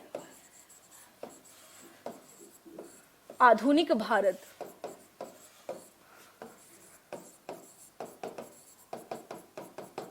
यहां मॉडर्न हिस्ट्री, और फिर से मैं यहां लिख दे रही हूं बिहार, यानी बिहार में क्या रहा कंडीशन, ये चीज हम लोग को देखनी है। तो अभी मैंने आपसे क्या बताया कि जो first movement of India, that is बंग भंग आंदोलन, बंग भंग को ही कहा जाता है, बंग भंग इज ऑल्सो नोन एज स्वदेशी मूवमेंट। बंग भंग ही किस नाम से जाना जाता है, स्वदेशी मूवमेंट के नाम से जाना जाता है। तो जो फर्स्ट मूवमेंट रहा भारत में, जो हमने देखा आधुनिक भारत में, वो था 1905 का कौन सा movement, this is also known as, इसको इंग्लिश में बंगा भंगा भी लिखते हैं, क्योंकि बिकॉज इन इंग्लिश हम क्या करते हैं लास्ट में बंग भंग मूवमेंट, इसको क्या कहा जाएगा, बंग भंग आंदोलन। और इसी ही यानी यही मूवमेंट बंग भंग इन द सेंस कि बंगाल को क्या किया गया था, डिवाइड कर दिया गया था, क्योंकि यूनिटी ना बनी रहे लोगों में। अगर यूनिटी बनी रहेगी तो यहां से क्या होगा, प्रॉब्लम शुरू हो जाएगा। तो प्रॉब्लम शुरू होने का एक कारण ये भी था कि इसको क्या करो कि ना ये साथ में इकट्ठे रहेंगे, यूनाइट रहेंगे, और न ही इनके सामने कोई समस्या आएगी। तो बंग भंग मूवमेंट में हम लोग क्या देखते हैं यहाँ पर कि इसे डिवाइड करके जो इनका मेन मुख्य कार्य था, मुख्य कार्य ये था कि इनकी एकता को कम कर दे, और इनकी एकता को कम करके इस ये जो मूवमेंट चल रहा है उसको कमजोर कर दिया जाए। तो इस मूवमेंट में यानी बंग भंग आंदोलन में, और यही मूवमेंट बाद में हम क्या देखते हैं किस फॉर्मेट में कन्वर्ट हो गया था, दैट इज स्वदेशी आंदोलन। एक नॉर्मल सी बात मैं आप लोगों से करूं, अगर स्वदेशी मूवमेंट की बात करें ना, तो अगर आप देखिएगा तो ये मूवमेंट आज भी क्या है, एग्जिस्ट करता हुआ आपको दिखाई देगा। जैसे हम कहते हैं ना, बाइकआउट, चाइना के जो प्रोडक्ट्स हैं उसको बाइकआउट करेंगे, भारतीय प्रोडक्ट्स को अपनाएंगे, दैट इज ऑल्सो स्वदेशी मूवमेंट। ये भी क्या है, ये भी तो स्वदेशी मूवमेंट है कि हम अपनी, यानी ये एक आप कह सकते हैं कि भारतीय यानी आधुनिक भारतीय इतिहास में ये एक ऐसा आंदोलन है जो कभी नहीं समाप्त हुआ है। वो समय समय पर सभी देश में क्या होता है, अपनी चीजों को प्रमोट करने के लिए ये आंदोलन आपको दिखता रहता है। तो बंग भंग की अगर बात या स्वदेशी की बात करें तो स्वदेशी जो है ये एक ऐसा मूवमेंट है जो कभी नहीं समाप्त हुआ। अब ये नहीं कि एग्जाम में जाकर के लिख देंगे, ये जस्ट मैं आप लोगों को बता रही हूँ कि स्वदेशी का मतलब ही होता है अपने यहाँ की चीज़ों को अपनाना, और बाहर की चीज़ों को है जो हम क्या करेंगे, क्योंकि इसका जो मेन इम्पैक्ट पड़ता है वो क्या है, इकोनॉमिकली, यानी आर्थिक रूप से अगर किसी को चोट करना हो तो आप उसके प्रोडक्ट्स को मत खरीदो, उसको क्या करो, बाइकाट कर दो, फिर आप उसका आउटपुट देखना कि क्या होगा। ठीक है, तो स्वदेशी मूवमेंट में हम लोग ये देखते हैं यहाँ पर। अब इसमें हम बात करें कि स्वदेशी मूवमेंट में यानी बंग भंग मूवमेंट के दौरान बिहार की क्या भूमिका रही। बिहार की भूमिका देखिए, मैं इसलिए इतना ज्यादा आपको आज समझा रही हूँ कि इसमें आपको क्या हो जाएगा, एक पूरा का पूरा क्लियर हो जाएंगी सारी चीजें कि किस तरीके से हमें क्या करना, पढ़ना है। जैसे बंग भंग मूवमेंट चला, स्वदेशी मूवमेंट चला, अब इस मूवमेंट में बिहार की क्या भूमिका रही, बिहार में कौन कौन से लीडर्स यानी कौन कौन से जो नेता थे, नेता इन द सेंस इनको कहा जाता है राष्ट्रवादी ही कहते हैं हम लोग इन्हें, कौन कौन से नेशनलिस्ट थे जो क्या कर रहे थे, इसमें पार्टिसिपेट कर रहे थे, कौन कौन से नेशनलिस्ट थे जो इसमें क्या कर रहे थे, पार्टिसिपेट कर रहे थे, और कौन कौन सा क्षेत्र था जहां पर, अब जैसे इस आंदोलन के दौरान हुआ क्या था कि हाँ, इस आंदोलन के दौरान यही था कि जो भी हम अपने यहाँ की चीज़ों को क्या करेंगे, प्रमोट करेंगे, और विदेशी जो भी सामान होगा हम उसका बहिष्कार करेंगे। तो ये फर्स्ट मूवमेंट था जो हम देखते हैं, और इस मूवमेंट में बिहार की भूमिका, और अगर आप चेक करें तो आप कई बार जो बीपीएससी के जो प्रीलिम्स के जो क्वेश्चंस आते हैं समटाइम इतने कंफ्यूजिंग हो जाते हैं कि ये भारतीय इतिहास से क्वेश्चन पूछा जा रहा है या बिहार के आधुनिक इतिहास से पूछा जा रहा है। ये दोनों को क्या करते हैं, कई बार एक साथ मर्ज करके क्वेश्चंस पूछ लेते हैं। तो इस तरह से क्या करना है कि हमें ध्यान रखना है कि इस टाइम पे क्या क्या चीजें आई थी, क्योंकि स्वदेशी मूवमेंट आप पढ़ रहे हैं तो मैं ये नहीं कह रही कि पूरा का पूरा जो पूरे भारतीय स्तर पे जो चल रहा था अलग अलग जगह पे वो नहीं करना है, लेकिन हाँ कुछ जो क्रक्स है, मेन चीजें, वो हमें क्या करना है, जानना है, एटलीस्ट कि यहाँ पर दिक्कत नहीं हो।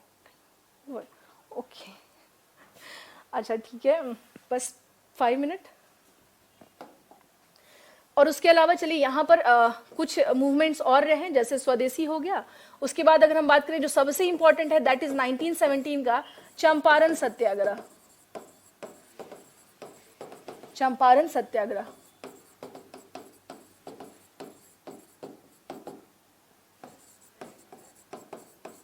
चंपारण सत्याग्रह यहाँ मैं बता देती हूँ कि यहाँ पे करना क्या क्या है, ये हो गया। और उसके अलावा बात करें 1920 का जो मूवमेंट है हमारा, दैट इज असहयोग आंदोलन। इसमें क्या बिहार की भूमिका रही, असहयोग आंदोलन, इसमें क्या बिहार की भूमिका रही। इसके अलावा है हो गया हमारा 1930 का सविनय अवज्ञा आंदोलन।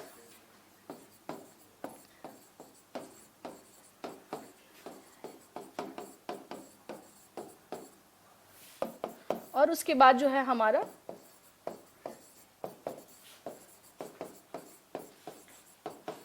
भारत छोड़ो आंदोलन, क्विट इंडिया मूवमेंट। तो ये सारे मूवमेंट्स में यानी इसके कंटेक्स्ट में हमें देखना क्या है, ये जो मूवमेंट्स मैंने जो भी बताए हैं इसमें देखना है क्या, बिहार की भूमिका, बिहार की भूमिका, और जो यहाँ के नेशनलिस्ट थे उनका क्या रोल रहा। जैसे जेपी जो है, जयप्रकाश, इनके रिगार्डिंग क्या होता है, काफी ज्यादा क्वेश्चन आ जाता है। इनके रिगार्डिंग हम क्या देखते हैं, काफी क्वेश्चंस आ जाते हैं। तो कौन से जेल में इनको भेजा गया था, क्या क्या क्या घटनाएं घटी थी, ये सारी चीजें।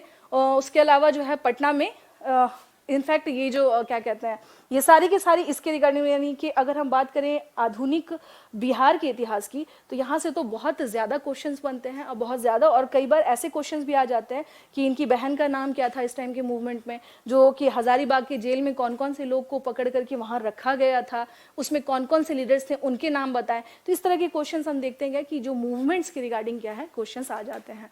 चंपारण सत्याग्रह में भी क्वेश्चन, जैसे कौन सा सिस्टम था जिसको अबॉलिश करने की बात चल रही थी, तिनकठिया सिस्टम था या कौन सा, उसमें अलग अलग ऑप्शन दे देंगे। तो इन सब से क्या हम देखते हैं कि क्वेश्चंस जो हैं हमारे बनते हैं। तो आज का सेशन इतना ही रहने दें। This is introduction of Bihar history. मैंने ये बताया है मेनली आपको कि किस तरह से बिहार हिस्ट्री को, यानी कहाँ कहाँ से सेक्शंस हमारे टच होते हैं बिहार हिस्ट्री के और कहाँ कहाँ से क्वेश्चंस आते हैं। बाकी हम लोग फिर नेक्स्ट क्लास में मिलते हैं, फिर स्टार्ट करते हैं एंशियंट से। क्या कल भी क्लास है क्या संडे को? इस संडे को तो नहीं होती है क्लास। नहीं ना, कल एग्जाम भी दे रहे हैं। हाँ, यूपीएससी के प्रीलिम्स जो भी लोग दे रहे हैं उनको बहुत बहुत शुभकामनाएं, all the best from my side. आप सभी लोग को शुभकामनाएं जो लोग एग्जाम दे रहे हैं। ठीक है, जैसा होगा आप लोग को पता चल जाएगा, शेड्यूल जो भी होगी क्लास की वो पता चल जाएगा आप लोगों को। ठीक है, चलिए फिर, ओके। हाँ, okay ji, bye bye, take care. Okay ji, thank you.